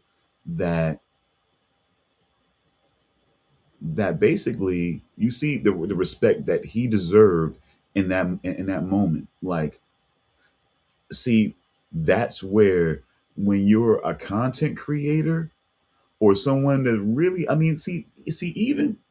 even a content creator has to know that unless you're iShow Speed or something like that, you're not the content. You're not the content. The content, if you're outlaw TV, outlaw podcast, the content is Unk. And if there was an opportunity, see, me as a journalist, as a content creator, I'm hearing, somebody wants to meet. You know what I'm saying? And like, let's find out who it is. Somebody wants to meet him. And like, let's find out what it is. It may be an opportunity because it's California. There may have been an opportunity to bring somebody else on that really wanted to do this whole thing. It'd have been a cool experience. You fumbled the opportunity to have Keith Lee on your podcast with Unk, giving him this money, showing this moment that would have went viral for you and your podcast. That is, it's weird. Let me do this real quick. Let me go side by side. It's weird. And maybe I'm going to do this right here and keep it at this link because it's not much more. It's just his words. And you can already, that shows you right there, man. Like you're thinking too much like a rapper, a former rapper. I hung with Tupac. I know Dash. I know Death Row. It's like, it's all of that. But it's like, but at this point, you were riding the wave of Unk. You wanted to go there and meet him and interview with him and everything like that, which is cool. It's fine. It's absolutely awesome. No trip, no deal, no mess. You know what I'm saying? None, bro. It's none of that. It's no issues. It's no issues with this. There's no issue that I have with him wanting to show, with him wanting to ride that wave. Honestly, it's not even let's do this. Yeah. Him even wanting to ride that wave. It's cool. It's cool, man. But it's like when you go in there and you're still kind of playing like, okay, I deserve respect over that situation. Then you're becoming, now you're melding yourself into the weirdness of Nick and this whole Destination Smokehouse and his weird ass security guard employee or whatever he was. You're putting yourself in that weirdness, saying something like that. missing an opportunity to have Keith Lee on your show, to have Keith Lee tell people about, oh yeah, man, Tupac the Outlaws, man. I know, yeah, man, what the fuck are you talking about? Like, and have people shout him out. Yeah, man, definitely watch Idi Amin. You know what I'm saying? And watch his, definitely do that. Blew you would have probably blew your joint up even more than. Just like, you know what I'm saying? Just like they were talking about the Big Boy show. Just like we were just saying, the Keith Lee effect. Especially when you take that, you take a guy who was known, one, you know what I'm saying, one of Tupac's people, man. You know what I'm saying? I probably could say that Tupac was that he was pictured and photographed around Tupac more than probably anybody else was. And you take that, and you take Keith Lee shouting you out, this whole tenderism moment at the same time, all of that, you take all of that, and then there was a moment here, bro. There was a moment here, honestly. It's weird, we're on both. It's kind of weird how we got it set up. I'm on one couch, he's on the other couch. It's kind of weird how we got this thing set up here. But yeah. It's just I don't know, man. I hardly know what to say about something like this. But let's just keep going, man. Let's just keep going. Security informed Nick and Walt that somebody had came with a $5,000 offering for Walt. Somebody. And it was, I wonder who. Eventually, who had that kind of money for him? Security didn't know who Keith Lee was, and as he stated that day, there are plenty of people that come to meet Walt. But offering $5,000. Walt has fans, y'all. Yeah, he got fans. The man has people that just want to speak and talk to him. But out of respect for me, they asked Keith, could he wait? Keith decided that wasn't okay for him. So he bought food. He bought food for people. He met with a young lady who's a baker, amazing bakery. We tried some of her. He knows all of this. As well, absolutely he knows outstanding. All of this, right? And he just came through and showed a lot of love. But like I said, unfortunately, Walt and Nick were doing the Outlaw show, and so they couldn't meet with Keith. They offered Keith an opportunity to come back. Let me specify this as well. Walt didn't seem bothered by the fact that he missed out on the 5K. And you know why? Because Walt is doing very well for himself. I'm not going to tell you what kind of car he pulled up in, but he pulled up in a nice, new, foreign car with his wife. Walt does not look like he's missing any meals. Walt does not look like somebody that is not profiting or having, profiting off the fruits of his labor and his IP. Unfortunately, the phrase tenderism has been, the trademark has been applied for by somebody. I did my research on it, and it is a gentleman that has, in November, applied for the trademark. It's not Walt, unfortunately, but that even goes further into my point. Why would somebody trademark something that they clearly did not come up with if they're not an opportunistic person? A lot of you are opportunistic with your content. Your content is masked as having concern for Walt, but what you're really doing is trying to profit off of this beautiful union between a black man, an older black gentleman, and a white man who came together to create something amazing. I've even heard people say, cancel this restaurant. Don't go to this restaurant. If you really cared about Walt, why would you want to cancel how he's making a living? It doesn't make sense to me. I really feel a lot of jealousy, a lot of indirect projecting. People are projecting their own insecurities because a lot of times, people don't have the wherewithal to do something as great as this. And so in an effort to mask their own securities, they'll just project out there and say, well, this man is being used. This man is being taken advantage of. He wanted to make it seem like, oh, yeah, I'm the top dog. This is all my idea. No, we know that everything is because of Mr. Walter Johnson. And this was hard. That's my boy right there, introvert rock star. I love him. Oh my God, he's hating on introvert rock star. Like Roy. Oh my God, that's my boy right there.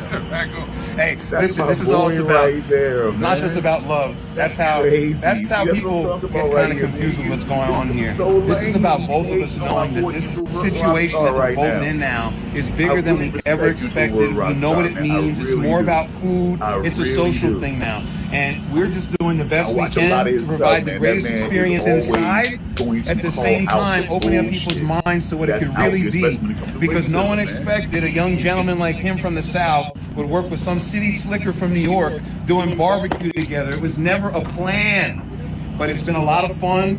People on the other side of this camera, Butcher Bill, who's filming, we couldn't do it without him. There are so many great people involved in this. So That's where this he guy's a started, blessing. man. There's You know, no that's way where he started around to spin. it. No one can be like him on camera. He has brought so much And at least he attention to admits our that. At least he admitted that. Now that's the first little bit of truth that man had told in a while. That no one can be like him on camera, bro. No one. No one can be like him on camera. So you got to think about that real quick. So, but anyway, I'm just, it's funny, man. It's just projecting. We're projecting. This is what he said. Beautiful union, he said. This is what I'm talking about, man. This is why some people, it's not about like, and sometimes it's about who you know. You know what I'm saying? Sometimes it's not about who you, what they say, it's not about what you know, it's about who you know. Sometimes it's not about who you know, but who you owe in certain spaces. So it's just like I heard that recently. That's kind of like it's not about who you know, it's who you owe. Like when you feel like you're entitled, you're owed, you're in this spot. Like people are automatically thinking they're going to get followers. It's hard work. It's I know it is, man. I know this is. But when I see somebody like this up here willing to do YouTube, willing to put out videos like this, long form sort of, and they say dumb things like this, and they don't. And I'm going to show you something else. You probably seen it or didn't see it as I was scrolling down this page. But we'll go back and I'll show you again. But this is what we're talking about here. Introvert rock star is another person that I greatly respect. He is someone that's no nonsense. He's, what I'm saying, he's from New Orleans. He's a former truck driver, artist. He, what I'm saying, moved up to New York. I believe he's still there. And he's, doing YouTube, doing his thing up here. And, what I'm saying, he's a very he's got a great personality about himself, man. I mean, that's one thing that I like up here. You got a lot of unique people up here. A lot of unique people. Leon Lush, by the way, another person that I greatly respect and appreciate out here doing what he's doing. Johnny Girl 609. She's like, to me, the black mom of YouTube for me. Like, I haven't seen anybody like her that's like the black mom of YouTube. Like you've got just a range of people. Curtis King, man.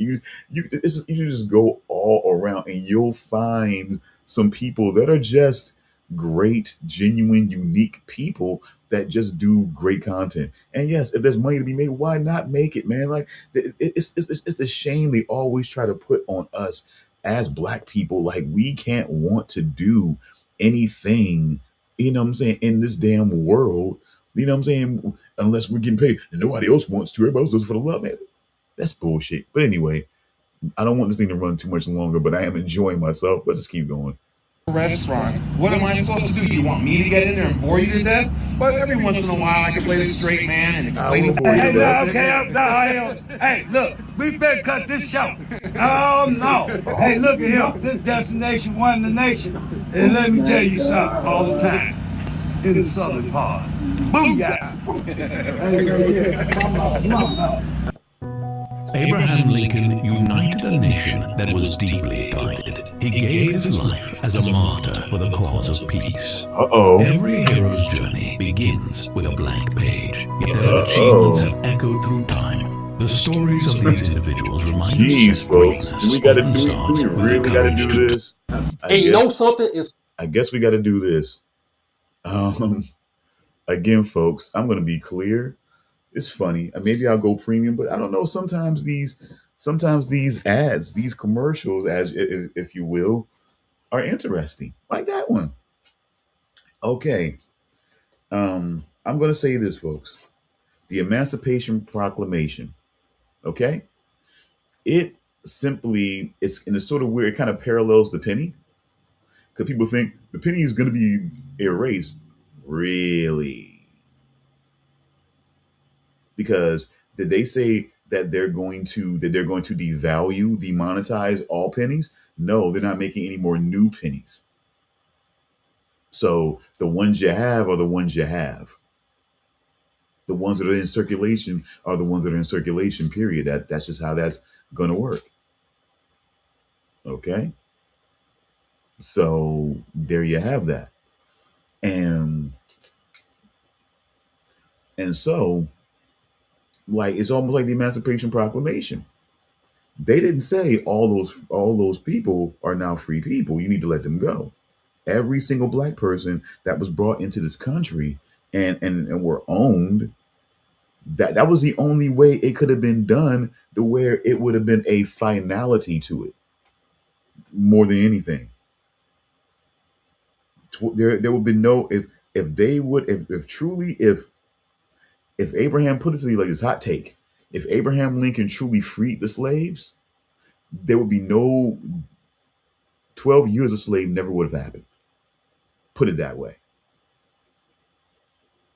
12 years a slave never would have happened if we had a complete freedom of slaves, of black slaves. When you have a proclamation that states those people who haven't been bought yet can't be bought now. They're free. The ones you have are the ones you have, like the pennies.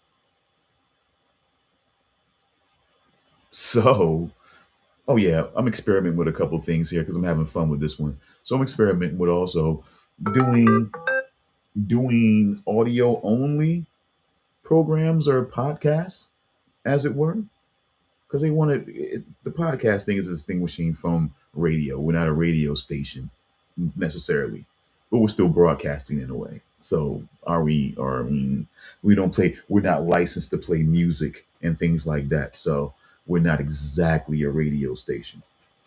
I'm on the Mexican radio. Okay. My Mexican radio. I was really into MTV, and that was a song and a video that was on MTV when it was still cool. Mexican radio. I forgot the name of the band, but it was a cool ass song. I like that shit. Still remember it. Gorilla Radio, also one of my favorites. That's right. Gorilla, spelled Guerri. Hold up. Is it 2 R's? It's either 1 or 2 R's. ILLA. I believe it's 1. So yeah. I used to say, when people used to throw around, like it's always going to be ways you're going to be able to revamp and change your quips at certain people. But people want to throw around the monkey rant, the monkey little, and when people try to do that, like I'm trying to tell you, man, I'm like a fucking pioneer in a way. Cause a motherfucker would try to throw monkey around. Like, they wouldn't directly say it to me, right? Because essentially they're little wimps. The wimps. Like Ajax off of the Warriors, the wimps. They won't say it to me directly because they're wimps. They'll say it in the they'll say it in the space or in the conversation about someone and try to throw it out there. And then I would say, yeah, they believe in evolution. And that's how I would reply to that. I'm like, oh yeah, okay. Yeah, they believe in evolution. Like, you're just, that's all you're saying, because those who believe in evolution realize that we're all derived from the primates.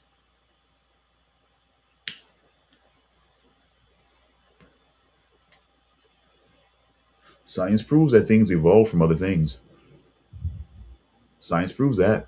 So, but let's just get back on, because I want to see what he tries to pick on, what he One says. thing I learned about Caucasian people, we got a lot of raccoons that do it now because they took their notes, they learned from Caucasian people, racist Caucasian people. They learned from them. This is what they do, bro. A lot of times they get our people with religion. They get them with religion. That's how they sneak in. That's how they steal. That's how they lie. Listen, not everybody has to be an owner. Sometimes it's okay to be a player on a winning team. You know what I mean? Some of y'all will sink the ship just because you ain't the captain. But some of y'all don't even have the talent or what it takes to be an actual owner. You don't know if Walt is okay with his position and not being an owner. This man is 70-something years old. It takes a lot to run a restaurant. So is Walt supposed to just be a figurehead? Is he supposed to just appear to be the owner and not do the actual work? Or is it okay for him to play his position and reap the benefits that way? A mascot. I don't know the inner workings of their business. And you they didn't want declined to discuss that when they interviewed with me. They also declined to discuss that when they interviewed with Willie D. And shout out to Willie D, who did an excellent job and asked real questions when he interviewed Nick and Walt. And who also, if you look at Willie D's interview, you could see the body language that Walt had. And when Nick was talking, you could see the body language. You could see he was uncomfortable. You could see how they were trying to play it out and everything like that. You know, how they were trying to make Keith look, how they were trying to make Keith set up, and he's right along with them doing that. Like, how are you in a podcast interviewing these two people and they don't want to tell you how they met? Let's repeat that. Let's hear him say that shit again. Let's hear him say that dumb shit again. His position and not being an owner. This man is 70-something years old. It takes a lot to run a restaurant. So is Walt supposed to just be a figurehead? Is he supposed to just appear to be the owner and not do the actual work? Not do the actual work. Or is it okay for him to play his position as a mascot and reap the benefits that way? I don't know the inner workings of their business. They declined to discuss that when they interviewed with me. They also declined to discuss that when they interviewed with Willie D. And shout out to Willie D, who did an excellent job and asked real questions when he interviewed Nick and Walt. He didn't jump to conclusions. He sat with them via Zoom or whatever medium he used and asked real questions. And the person was a little pushy about it. I was like, look, I don't know how long he's going to be. Let me get a little closer info. But, look at his body I'm not trying to be mean or nothing, but look at his body language right now, bro. I'm not going to go get him for a couple of questions. Look. Oh, so you gave Keith the opportunity, the option to wait, and he decided to leave. To offer a tip to a business owner was crazy. That was the other thing too. Is like he really thinks Walt is like this helpless guy who needs his help. I'd like you to some kind of way get in touch with him and possibly. Look at the editing and look at the editing, folks. Look at the editing. And hey, look, I'm willing to meet him. I mean, he can call me on the phone number, call Nick, whatever. That they answered. But they didn't discuss the inner workings of their business. Most people don't. Because it's none of your business. It's none of my business.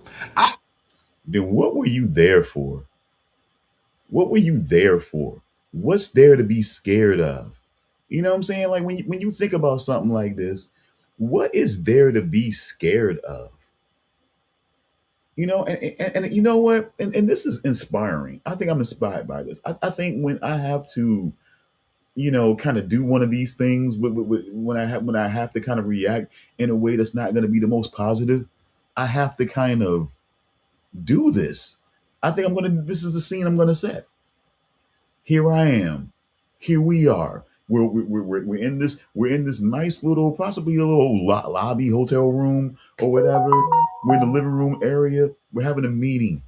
We're having a conversation. Maybe you know what I'm saying. Maybe an office where we need to talk. Because this right here, what the fuck is this? Would Tupac, would fucking Tupac say this about us, man? Tupac, I can tell you, I can show you clips. I see this whole thing could be a lot longer than this. This show, because I'm a journalist, it could be a lot longer than this. It could go to 3 hours easily because I would show you clips of Tupac being on different shows, talk shows and whatnot, and talking about how certain people are and how they like Tupac. It's like this, bro. It's hip hop, but it's like he's calling out like for the people who he know. I do this for. Like they don't want to see that. They don't want to hear that bullshit when we know there's real shit going on, bro. Like they don't want to hear that bullshit. Nobody's saying that man had to go and own his own place. But what they were saying was give that man respect. Give that man a place, a consultant joint, an executive joint, a management, you know what I'm saying, title. He's not just a mascot.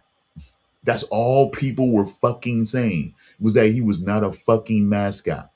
But yet, guess what? You sat right up here and played footage, edited and all, where this man said out his own mouth that this man supposedly was an owner. But not everybody has to be an owner according to Idi Amin. But here's Nick saying he was an owner. He don't want to tell people about the inner workings. Why?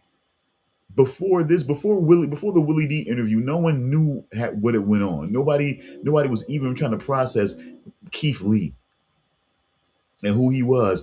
Apparently nobody knew, or apparently either you got the name and you didn't care, or whatever. Come on, man. Like there's not a lot of truth. There's not a lot of realness being brought out here. Now, the more that I go back and I watch this, because I didn't go back to it anymore. Once I started hearing what I was hearing, I didn't go back to it anymore. So this is back to this kind of me being, it's like new again.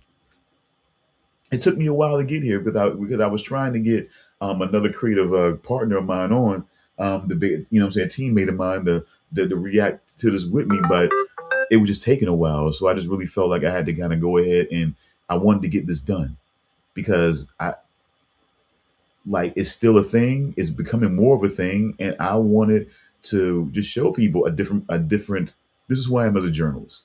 I like different angles of a story. Like we can keep telling the same story over and over again, but then we can show this. And it's not just this person, but he was one of the main ones. And, you know, he had a whole lot to say and he was directly involved, but he's a symbol. But he's not the only one. There was somebody, honestly, Pink Book Lessons. I do watch her content a lot, watch her channel quite a bit. But she had some similar things, like more lightweight things to say about it that, you know, that was kind of acting like we were trying to, you know, disrupt what was going on, make assumptions and things like that. And could he really do it? Does he really want to own his own restaurant? A lot of the lightweight talking points that he was going at. But see, with him, he was directly involved. He had ability to talk to him and get more information and couldn't. Even when it was just everything was relaxed and settled, no one was suspecting anything was going on, he still couldn't get their inner workings. What role does he really play outside of the social media? He couldn't get that from him. What was the point of the podcast? Just PR. If you're not doing PR for them, if you're not blowing them up, if you're not going to come and let them know that you're coming, so that they can set things up the right way to make it look good, then yeah, you're not on their team. And so that's what he's trying. So now he's trying to still be on the team at this point.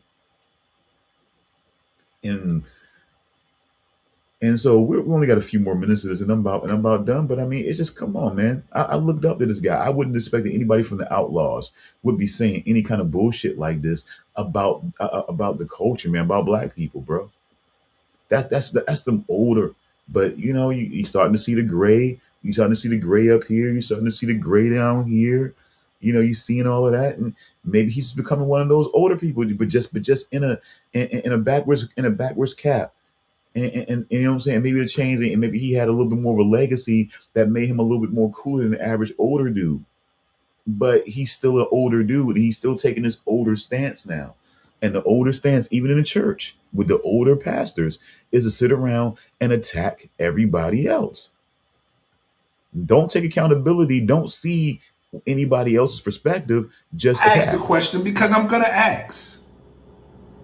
But I was okay with them declining to give me the actual facts on the inner workings of their business. Because again, it's none of my business. Wow. Okay, fine. But it's none of your business. That answers on question. Okay. And like I said, if you really cared, like you're claiming to care, you would do more than just get on your phone and voice opinion that has no substantiability to it. It has no that's for everybody else. That's for everybody you talking to. No research. Everybody on TikTok, everybody on Instagram, spent the whole day. Everybody on YouTube. So I got a chance to see how this is working in real time with my own eyes. Tupac. I didn't just come up with the conclusion. I didn't just go down there to get content and leave. I spent the whole day, me and my fiance, and got nothing. And got jack shit. Amazing. You can go to my Instagram page and see the food that was in front of me. These memories I heard stop it. I heard stop Great it, by the way. vibes. Wonderful people. Walt and his wife, beautiful people. You know what I mean? And so to get on this platform, Instagram or YouTube or whatever, you're putting your post up. Yeah, whatever. And come up with these foregone conclusions like they're facts and project your own insecurities on this beautiful situation is very unfortunate, and you should be ashamed of yourself. A lot of y'all should be ashamed of yourself. You should take that bullshit down because again, you're wrong. And if you want to be right, take a trip down there and see for yourself and ask real questions. And when you don't get, and when you don't get, and when you don't get, this is the white man. And when you don't get fucking answers, and when you don't get fucking answers, right? And when you don't get fucking answers, act like it's nothing. Though, remember that though. Remember that. Take it from Edie Amin, former, you know what I'm saying, former outlaw, former relevant hip hop artist. Take it from Edie Amin. Take it from him. Okay? When you go down to Destination Smokehouse, you know what I'm saying? Well, you can't now because the truth is out. You can't unsee it now. You can't unsee it.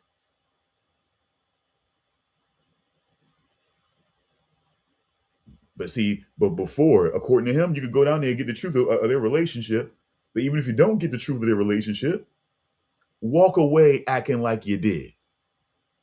Because they're willing to hug you, and they're willing to hug each other and glad hand and act like everything is all good and bring the whole family and everybody's there. You know what I'm saying? But we don't want to tell you exactly what the inner workings are. Why?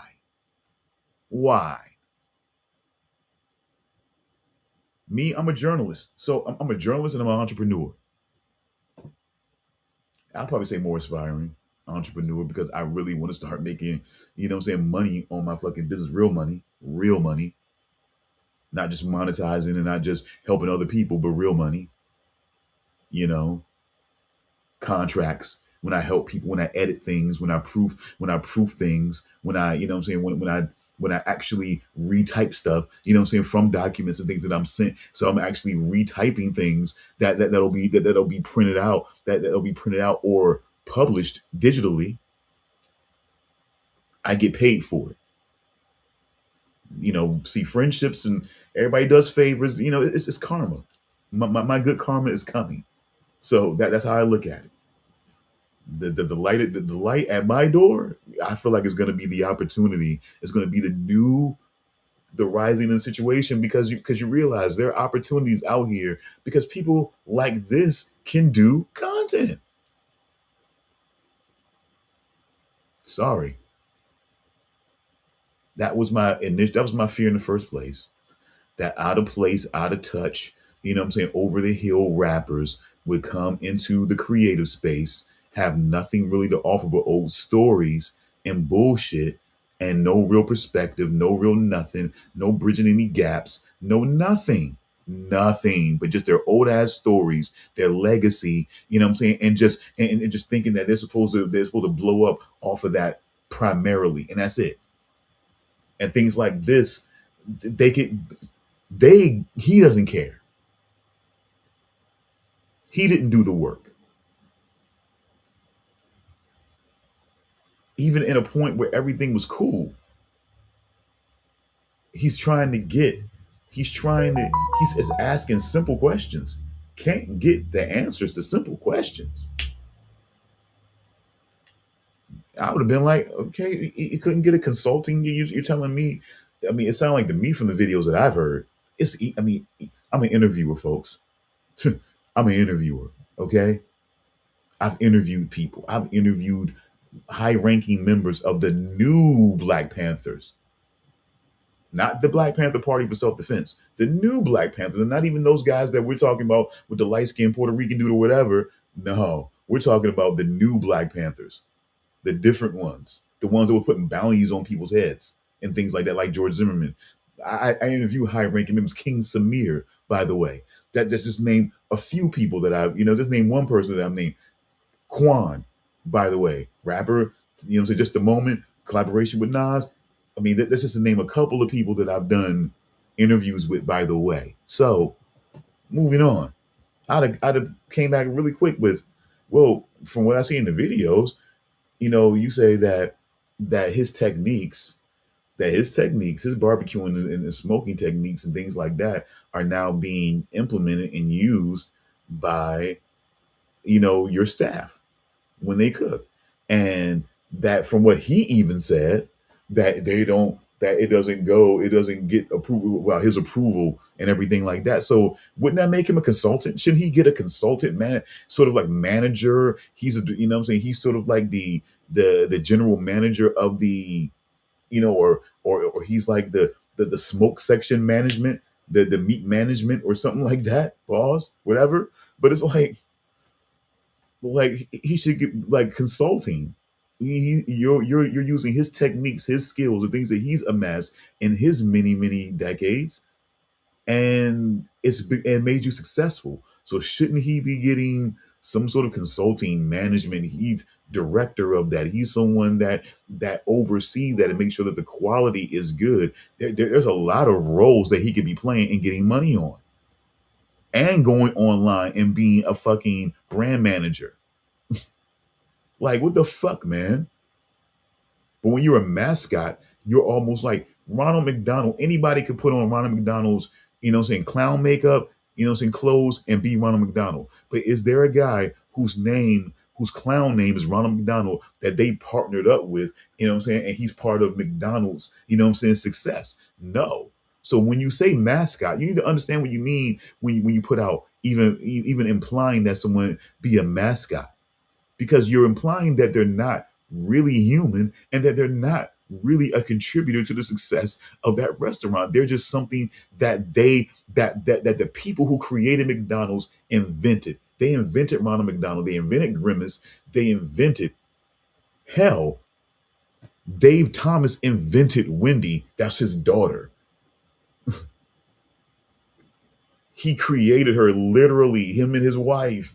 They created that girl. Their mascot is their daughter. How are they going to pay her? They pay her by taking care of her. That's how you see how you create a mascot? How can you make that man a mascot and not give that man what business terms we would say a consulting, you know what I'm saying, a consulting position within your company? He's the one who's smoking and who's barbecuing techniques and things like that are what made your restaurant successful. He is teaching other people. You should be doing other things where he's making money. You should be helping him make money by teaching other people how to smoke. Give him other things. He should be teaching classes, giving little special demonstrations for people, you know what I'm saying, to show them, you know what I'm saying, all sorts of things they could be doing for him, and they weren't. But he don't want to know about that. He don't want to know about that. It's sad. It's really sad. He don't want, none of that stuff interests him.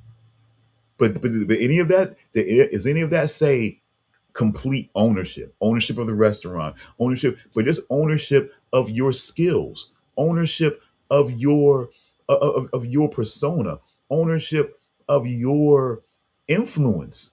You should have ownership of that. You should have natural trademark on that. You should have ownership on that. Absolutely. You should absolutely have ownership on your persona, your creativity, your influence on a situation. You should absolutely have ownership on that. So it's about ownership, but it's not. It's about natural ownership more than business ownership, more than restaurant ownership. Natural ownership. You can't take from a person who supposedly gave freely to you and never feel like, you know, you know what I'm saying, he should be honored in some way. No, come on, man. See, this is why a person like this, come on, man. And again, taking advantage of the black man, it's ridiculous. Ridiculous. Especially nowadays in Trump's America, where division is a way of the world. This is actually unity right here. There's all races working in this restaurant in cohesion to deliver a quality product, which they are doing. And I hope they have a chance to continue to do. And the people out there with the chit chatter don't ruin a good thing, man, because that would be unfortunate. And you all will have nobody to blame but yourself. Nobody to blame but yourself. Because again, you're projecting your own insecurities. Blame it on us. Walt is not a slave. He's more than a mascot. Oh, really? He's the creator of tendonism that people have taken and ran with. You know what I mean? He is the reason why Destination Smokehouse exists the way it exists. And it's easy to say, well, he should be your owner. He should be owning that. Whoop-de-whoop-de-whoop. Yeah, it's easy to say that. But have you asked Walt, does he want to be an owner? Have you? No, you haven't. You haven't. You just either. jumped to conclusions and you made assumptions. So do you. Godfrey, a comedian that I'm a fan of, in my opinion, he does the best Trump impersonation there is that I've seen. Great comedian. He even went on his platform and did a post, used Willie D's content to substantiate his assumptions. Right. Basically made it seem like Walt was some step and fetch it, bootlicking ass nigga something, man. And he was terrible to do that to that man. But there's this old black man, I guess, who owned a business, and sitting next to this white dude. And in the video, it says that this Keith Lee offered this man a $5,000 tip, and he didn't take it because this white dude that's sitting next to him, like kept him from doing that. Which I know a lot of these videos don't come in context, but that's fucked up. Why would you fucking stop a black man from getting another brother some help? And now this brother is, now the dude, the old man is talking. I don't really know what he's saying. He's talking and And Godfrey is someone that I say, bro, that he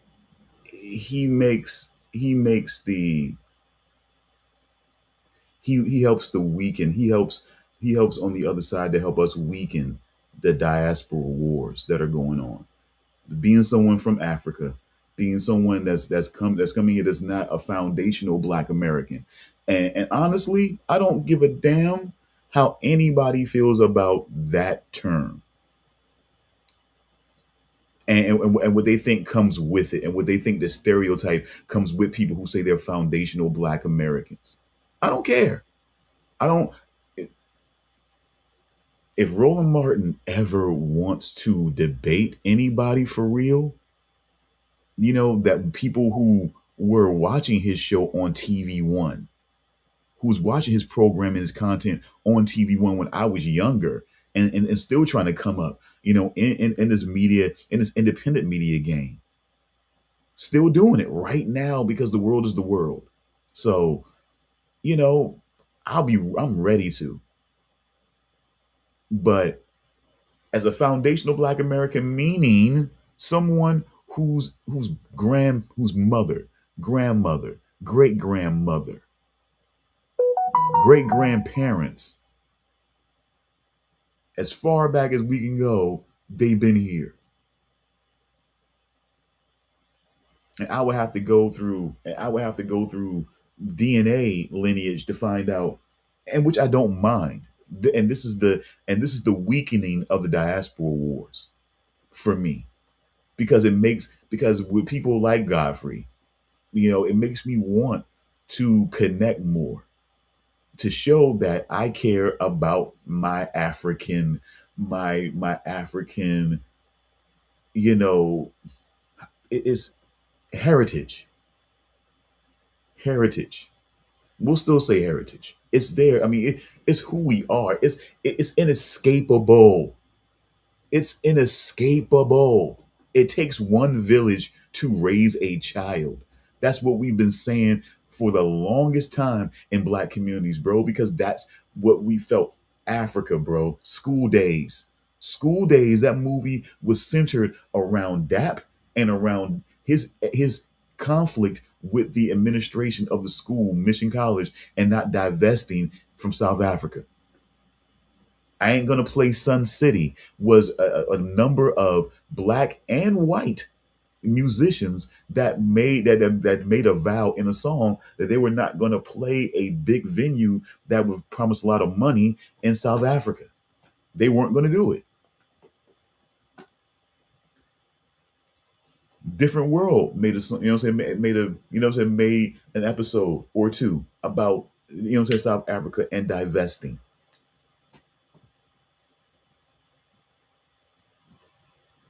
So, we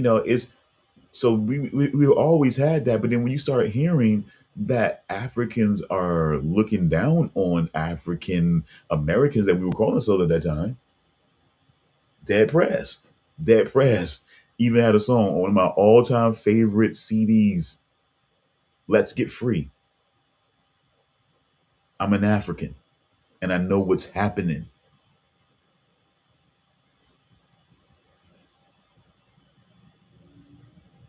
Like we were there with you, man. We were there with them. And then you start hearing the same talking points that we're fighting over here in this country. But we're not out here. And we would get in somebody's face. I wouldn't let some other motherfucker talk about Africans like like on some bullshit though. Like, who the fuck are y'all, man? Who the fuck y'all be talking about them Africans with all this shit that's going on over there and blah, what I'm saying, so on and so forth. But all right. But still, let's again, we're almost done with this, folks. And this white dude right next to him. Keith Lee is a powerhouse who helps people's businesses. And it doesn't matter what color it is, too. He's helped out different people, but especially Black businesses that need help. And you got some white dude cock blocking that shit. That's up. At this stage in the game, 70-something years old, and should be applauded for his energy, for his wherewithal, for his creativeness to create something that has touched people in so many different ways. He should be applauded. He should not be made fun of. He should not be laughed at and ridiculed for what he's doing. And I just wanted to get in and just offer a bit of advice. Before you jump to conclusions and create content that you're benefiting on, that I'm sure most of you are not going to give Walt a damn thing, you should actually do some research. And just like that white get the woman. actual facts. Just like that white woman. On it. And I'm going to leave it there. Idi Amin, talk my truth.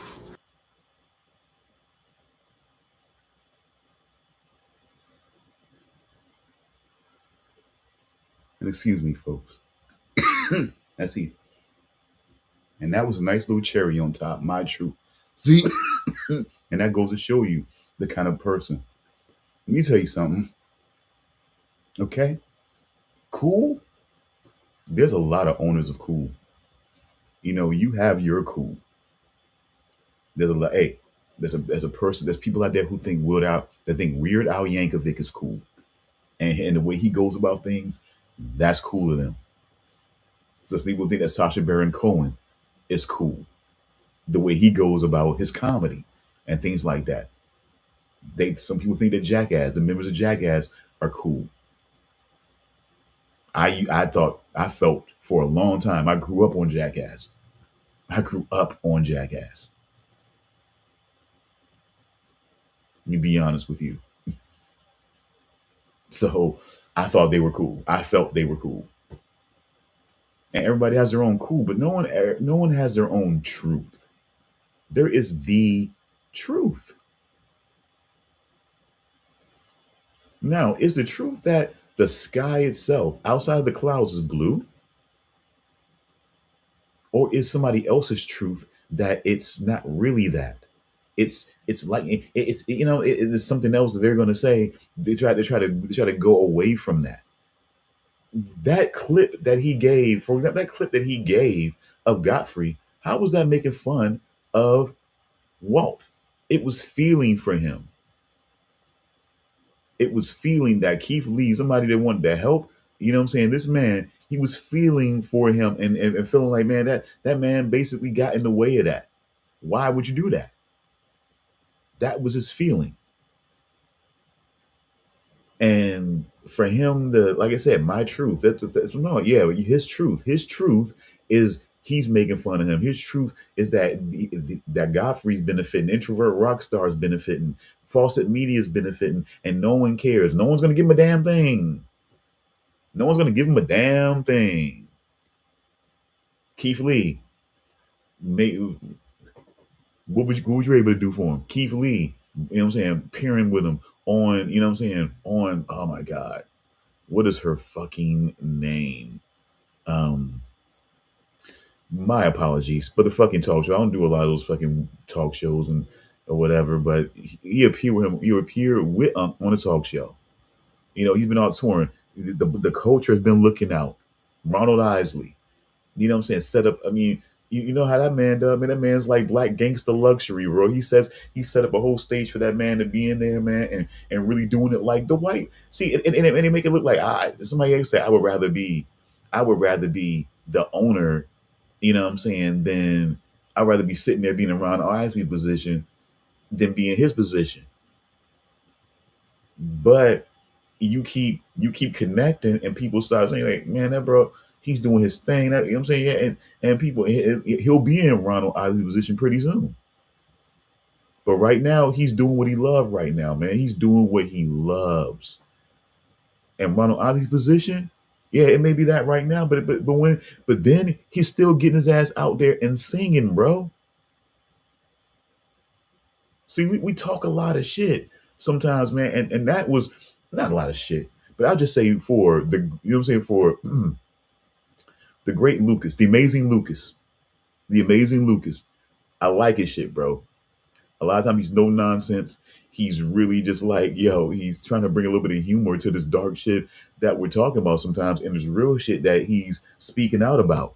And I give him credit for that. But to see it a certain way and act like, oh, you're fucking up something. What's he gonna do? This is what we're doing, folks. I get it. And but see, and the problem is in the common thread though, because Amazing Lucas is definitely not.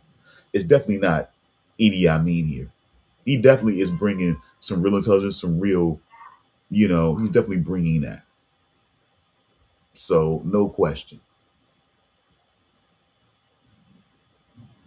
And I don't, but it's like that particular point I just don't agree with.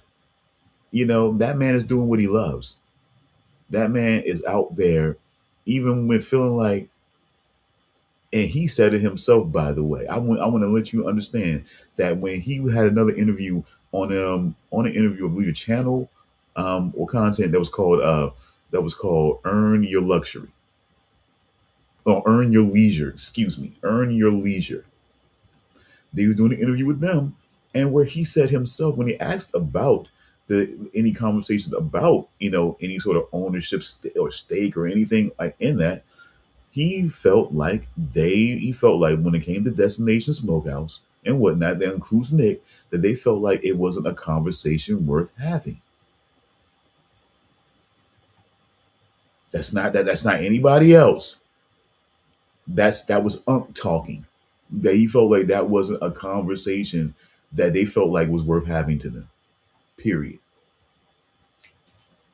So what do you want someone to say when it comes to that?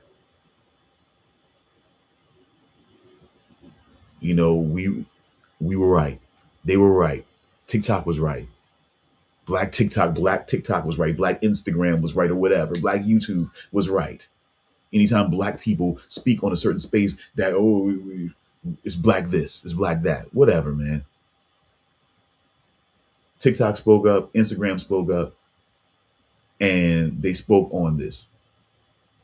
And they were right. And he was wrong. And you know what else happens here? Want to know what else happens? Let me show you what you didn't see. Let me show you what you didn't see from before. Let's see. Let me show you what you didn't see. So let's get down to it. Okay. So the trolls are weird. This is one of his titles that he put on, because he's the trolls are weird. So that's all. That was 2 months ago.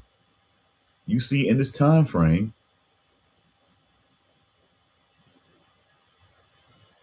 okay, he's done several episodes of Mr. Fab, Daz. He keeps riding Tupac. He keeps riding Tupac wave. You know what I'm saying? Oh, actually, so let's say 11 days ago. And so we just keep going on. He keeps riding this wave now. But do you see any update, any retraction, any oh well, wow, this happened. I don't know what to say about that, man. None of what I'm saying? None of that. Nothing. And honestly, no retraction, no update from Pink Book Lessons. I do believe I will check back on that.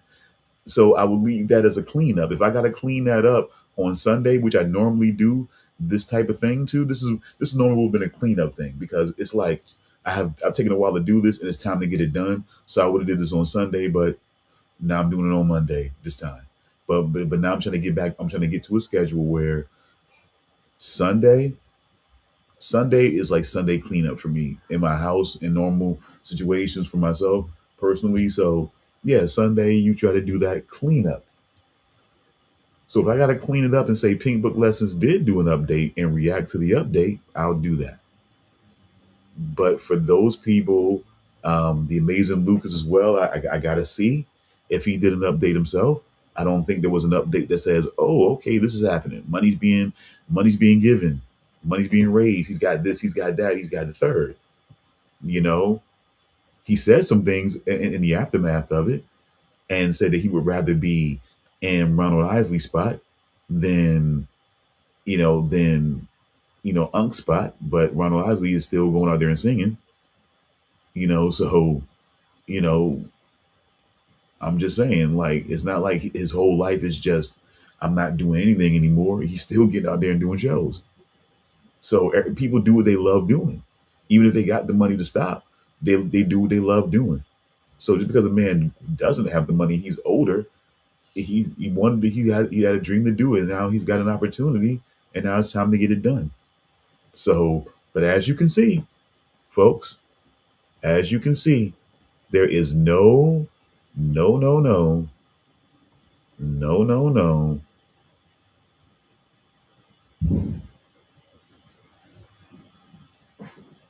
See, it's just got, he keeps talking to him part two and all of this. He's got all of that. And we just don't have, but yet we don't have any of,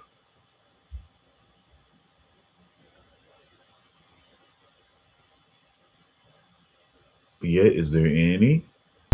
Oh, for hell. I'm yelling no more talk unless it's the truth. You and that bullshit. To ownership.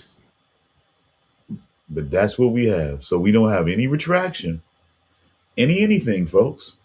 We just have this video and other little, fluff softball interviews with him, and these guys where basically the information that he didn't get was pivotal. Period. It was pivotal.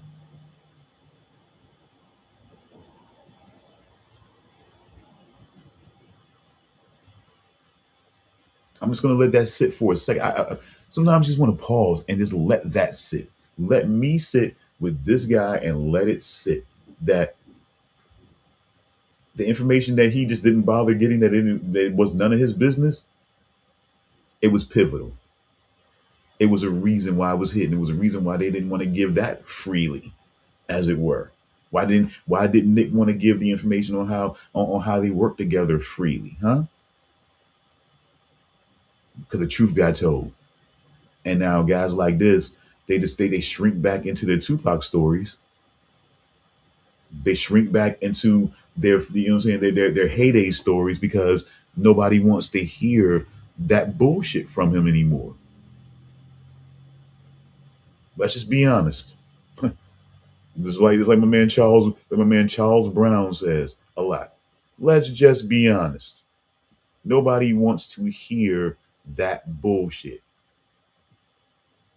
Plain and simple. Plain and simple. Nobody wants to hear it. See, me, I still got to get my branding out there known. I'm known in other spaces. I got to now bring that together here on the YouTube. Keep pushing myself out there. Keep letting people know that I am doing this stuff. I got to go on Rumble separately. Honestly, I got to do two. When it comes to that, that's just work. See, this is where the work begins, folks. This is where the work begins. Where on Restream,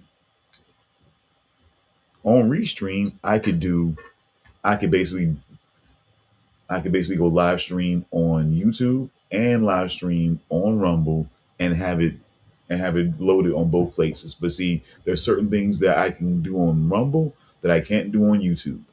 So at a certain point, I got to go back and I got to do again the true history of hip hop and rap. I got to do that because I can do it on Rumble and I can do it in full. I can do it just the way I want it without any fear. And then I got to do it. I got to figure out another way to do it on YouTube to keep the attention going, to keep things moving, So that's what I'll be doing. That's what I'll be doing pretty soon. But anyway, like I was saying, but somebody that was a legend when it came to hip hop, when it came to the West Coast, when it came to Tupac and everything, man, to be this person, to attack the culture, to attack the people without really understanding, to walk away from that white man with him not wanting to give you answers about how they work together, and you're fine with that. That's some bitch shit that I feel like anybody that Tupac and anybody in the Outlaws would be disappointed in and wouldn't feel like that shit's cool at all.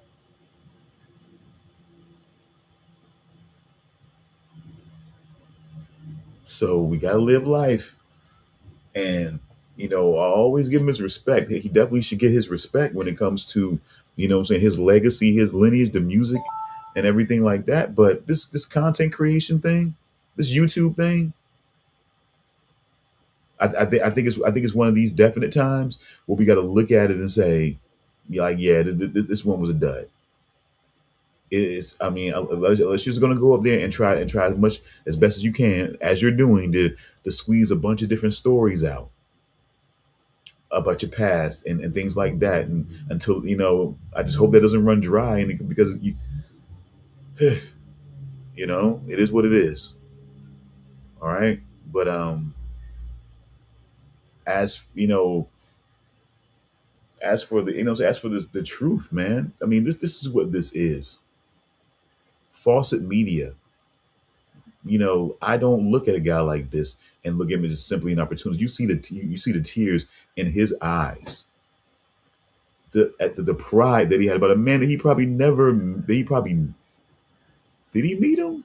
Was somebody else that he got up there and he met him or something like that? Just in case, but he may have or may not, but not someone he knows personally. But to have that kind of pride, tears streaming down, to feel the kind of pride and the feeling, I could feel that, man. I felt it myself. And the people who wanted to see it, want to be contrarian, who want to be on the other side, who want to just kind of conflict the situation, they look at it and they don't like what they see. That's why you don't have any that's why there's no updates. That's why there's not a whole lot of updates from people who were wrong. They don't want to deal with the fact that not only was Nick and Destination Smokehouse bullshitting Unc, that he went out here and went out on his own and was trying to seek help. They didn't want to speak on that, really. They wanted to act like people weren't going to do anything for him. Just like he said that way before the man even broke from Destination Smokehouse. That people wouldn't give him, that people ain't gonna give him any help, give him a damn dime, no way. That's what he said. So here we are. Everyone giving a damn. Everyone helping this man out. Everyone giving this man a chance at his dream. And so we definitely got to appreciate that. And I just think that it just shows. It's my little guy. Got to say hi to him pretty soon. He just got home. But it's basically, man, this is where you understand, man. This is why I had the fear in the first place. Because some people try to get into these spaces and they want to talk and debate things, and they don't really know what they're talking about. And you truly, and it is truly legit that they don't know what they're talking about, because you were there. You were able to be right there and speak to Unc and didn't get any information that was meaningful to this conversation. You went to the theme park, you rode the rides, you enjoyed the food, you know what I'm saying, you enjoyed the atmosphere and the ambiance, and wow, everybody's great. Don't break up this union. There are so many races here working. It's just, what do you want? I hate to go here, but if like I said, I looked up to Tupac, man, as a youngster. I looked up to Tupac, and I would be disappointed. I'm disappointed for him. Personally, I'm disappointed that this is a guy that was down with his crew like that, bro, like this, bro. A true union, true crew, and bro, really, you go out here with this guy and don't get any real information, and then come in and start attacking other people and talking about what they don't have the talent to do. That ain't how Tupac would have did shit, bro. That ain't how Tupac would have did that. That's bullshit, man. That's bullshit.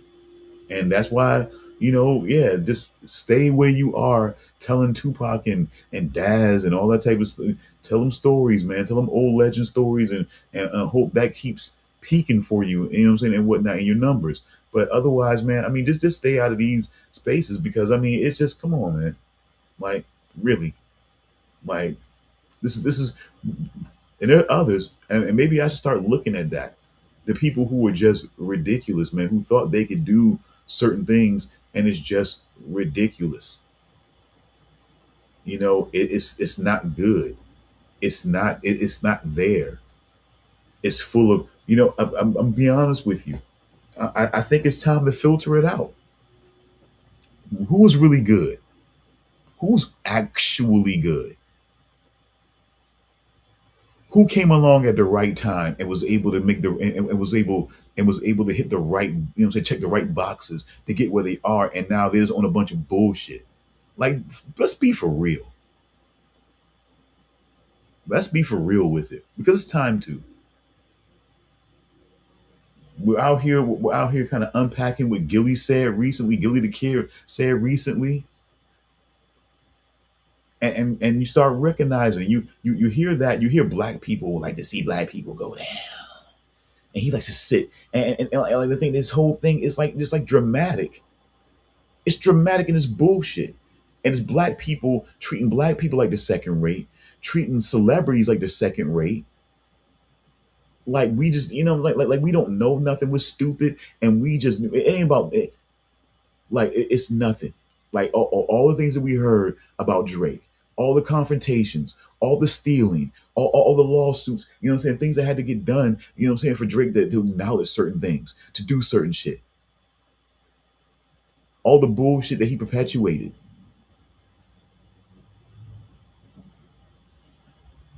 And you just act like you just love to see people go down. Like it's just it's treating us like we don't like we're not powerful in our buying power, in our viewership, in our support. We're not powerful. Like we're just, you know what I'm saying, we're just little kids, and people can just talk, and people can just talk at us and talk about us like this is how they are, and now he's doing it just like white people would do it, and just like he's sitting here doing it. It's like a pastor at church. These people don't go either. Don't go to church. They don't have this. They don't have that. They don't have a job. All the other talking points, but because they think they're behind a pulpit, they think because they got a robe on. They think because they knew Tupac or whatever. They think it's. I knew Lil Wayne. I wrote for Lil Wayne. Whatever the fuck it was, they think it's because of that. Like I'm, you know, whatever I say goes. And treating black people like they're second rate and like they're just and like they're just obnoxious in general is just bullshit. It's bullshit. And because we think that we're black, and because they think that they're black, that they can go there. Bill Cosby couldn't go there. Let's be for real. Bill Cosby couldn't fucking just go there like that. What are we talking about?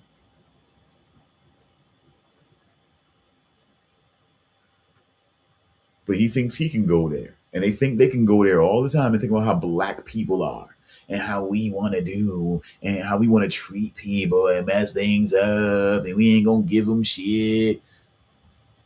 Like, oh my God. Because you really just don't want to see people for who they are. You'll think it's easier to go and attack black people, bro. I mean, it's just, come on, man. This is what karma is karma, bro. I believe in karma. I believe in energy that you put out. You put out that realness energy. You put out that really trying to stand up for something energy. You'll get that. You'll get that energy coming back for you. People will stand up. People will be there for you. You know what I'm saying? People will always uphold you because that's the energy you put out. But when you show that you got this type of energy, I'm just trying to get the views. I'm trying to get the clout energy. I'm trying to get the respect energy. You know, that's just that's the field that you're gonna play in. And that's about it. I ain't gonna keep dragging this on too much. I'm having too much fun with this and pulling up and talking about things and pulling up other things that I could pull up. But I'm just getting more ideas. I'm getting more anxious. I'm getting more. I want to start bringing out. I want to do that. I want to do that. musical manipulation again. It's time to redo it. It's time to do it right. I'm on a platform where I can do this the right way. As you can see, this is musical manipulation right here. This is what I created. And yeah, it almost kind of looks like Sinners in a way. It almost kind of looks like Sinners. And yeah, the guy with his back turned, yeah, that represents me. And so yeah, this is things are going to start happening. And you heard some of the theme music. Oh, and you seen the mics. It's funny. Yeah, we're good right here, folks. Yeah, this is awesome. So this is where I'm going to have my little meetings when I have to gonna have to do this, or maybe even a little where I even do interviews and things like that. We might do this here, just having fun. If I'm not like in the same room with the person, then yeah, we can do this here. This is man. They're even setting up things that just make it kind of fun in a way. So yeah, I enjoy this. And I don't want to drag it out, too much longer, but I guess I'm just getting excited. I'm getting excited about the things that I'm going to start looking into. Um, One that's got legs. Coming soon, because I'm going to be bringing back the Cooper Matrix, by the way. That's absolutely going to happen. Let's just not even play around with that. That's going to happen. So the Cooper Matrix is absolutely going down. The conspiracy theory is happening. And one of the things I'm going to go into on that one is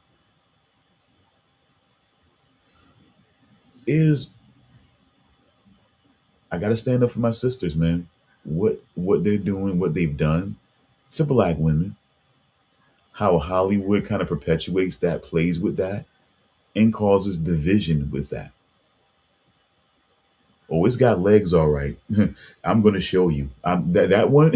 I'm already putting that in the conspiracy bucket because it's got legs, and I'm going to show you real soon. All of this stuff is coming, and I'm going to show you it's got legs. Okay? I'm definitely going to start showing you that because it does. You want to look? You want look at?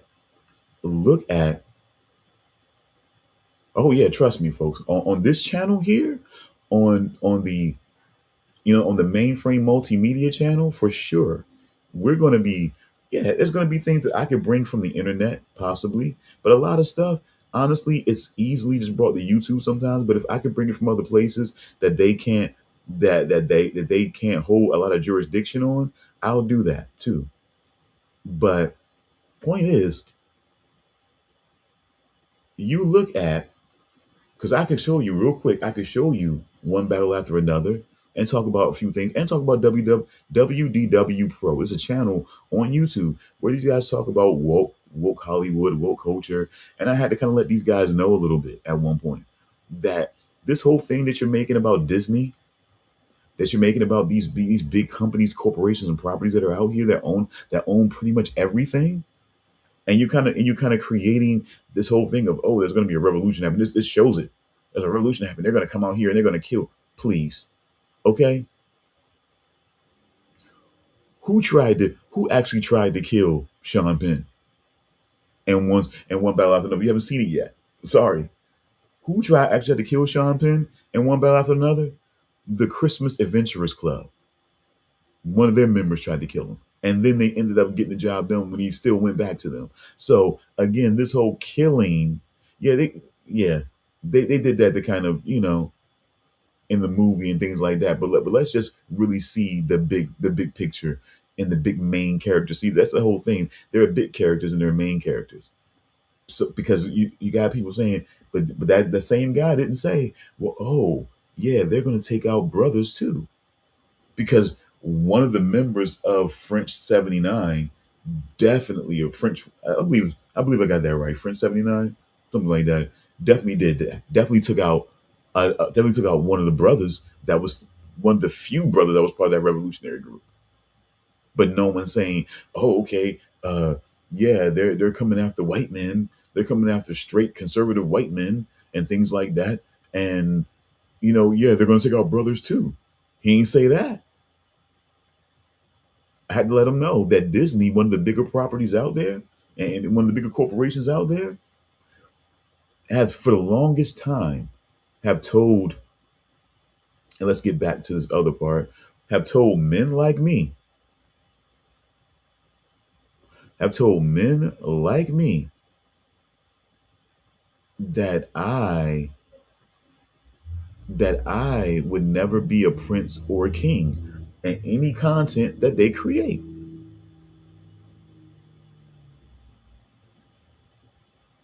And it's only because that property had to have a king and a prince in Black Panther where they allowed it. And it was only through a director and through the power of the cast that this was even able to get green lighted, I'm pretty sure.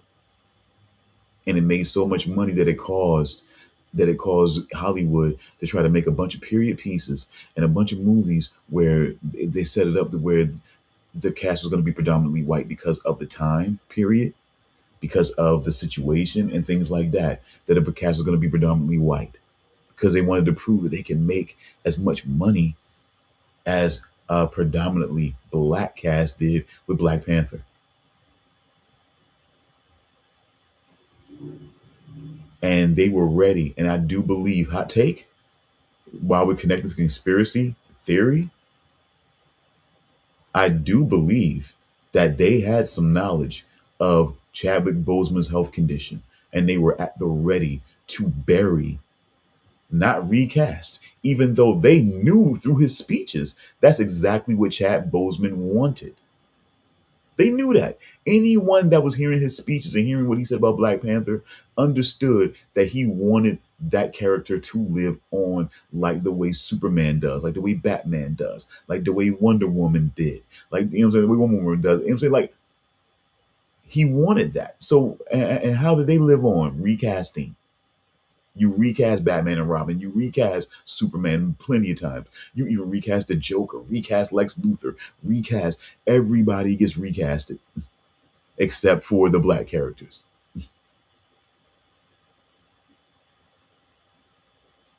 They don't want to bring it back because they're afraid of it doing well again. So they want to try to figure out ways to discredit it and ruin it the way people would want to see it if they finally actually do try to remake it. Same bullshit. He wanted to be Black Panther. But see, they knew with the way that he was riding with Blade, if he would have became Black Panther, oh my God. What Black Panther did with Chadwick Boseman in that cast, if it was Wesley Snipes in that role, are you kidding me? I'd have went crazy. That'd have went, and that cast, it would, oh my God, it'd have probably done 2 million. I think it did do, no, excuse me, it probably did 2 or 3 billion.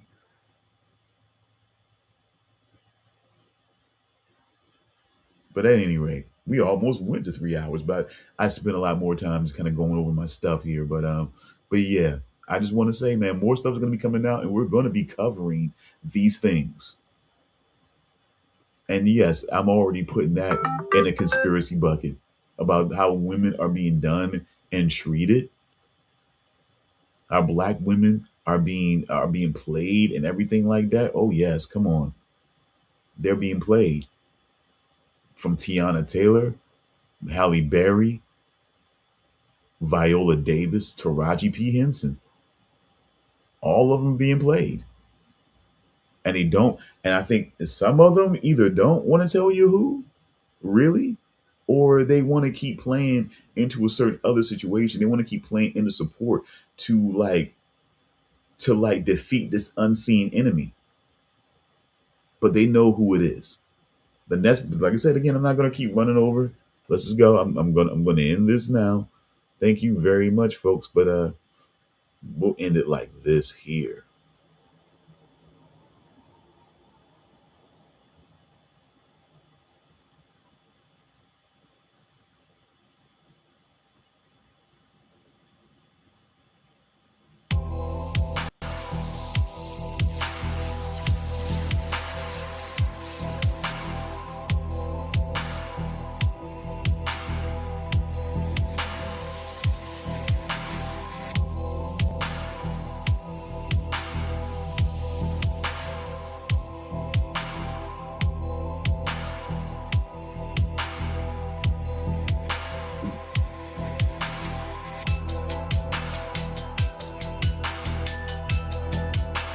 Take it easy, folks. Stay awake, stay aware.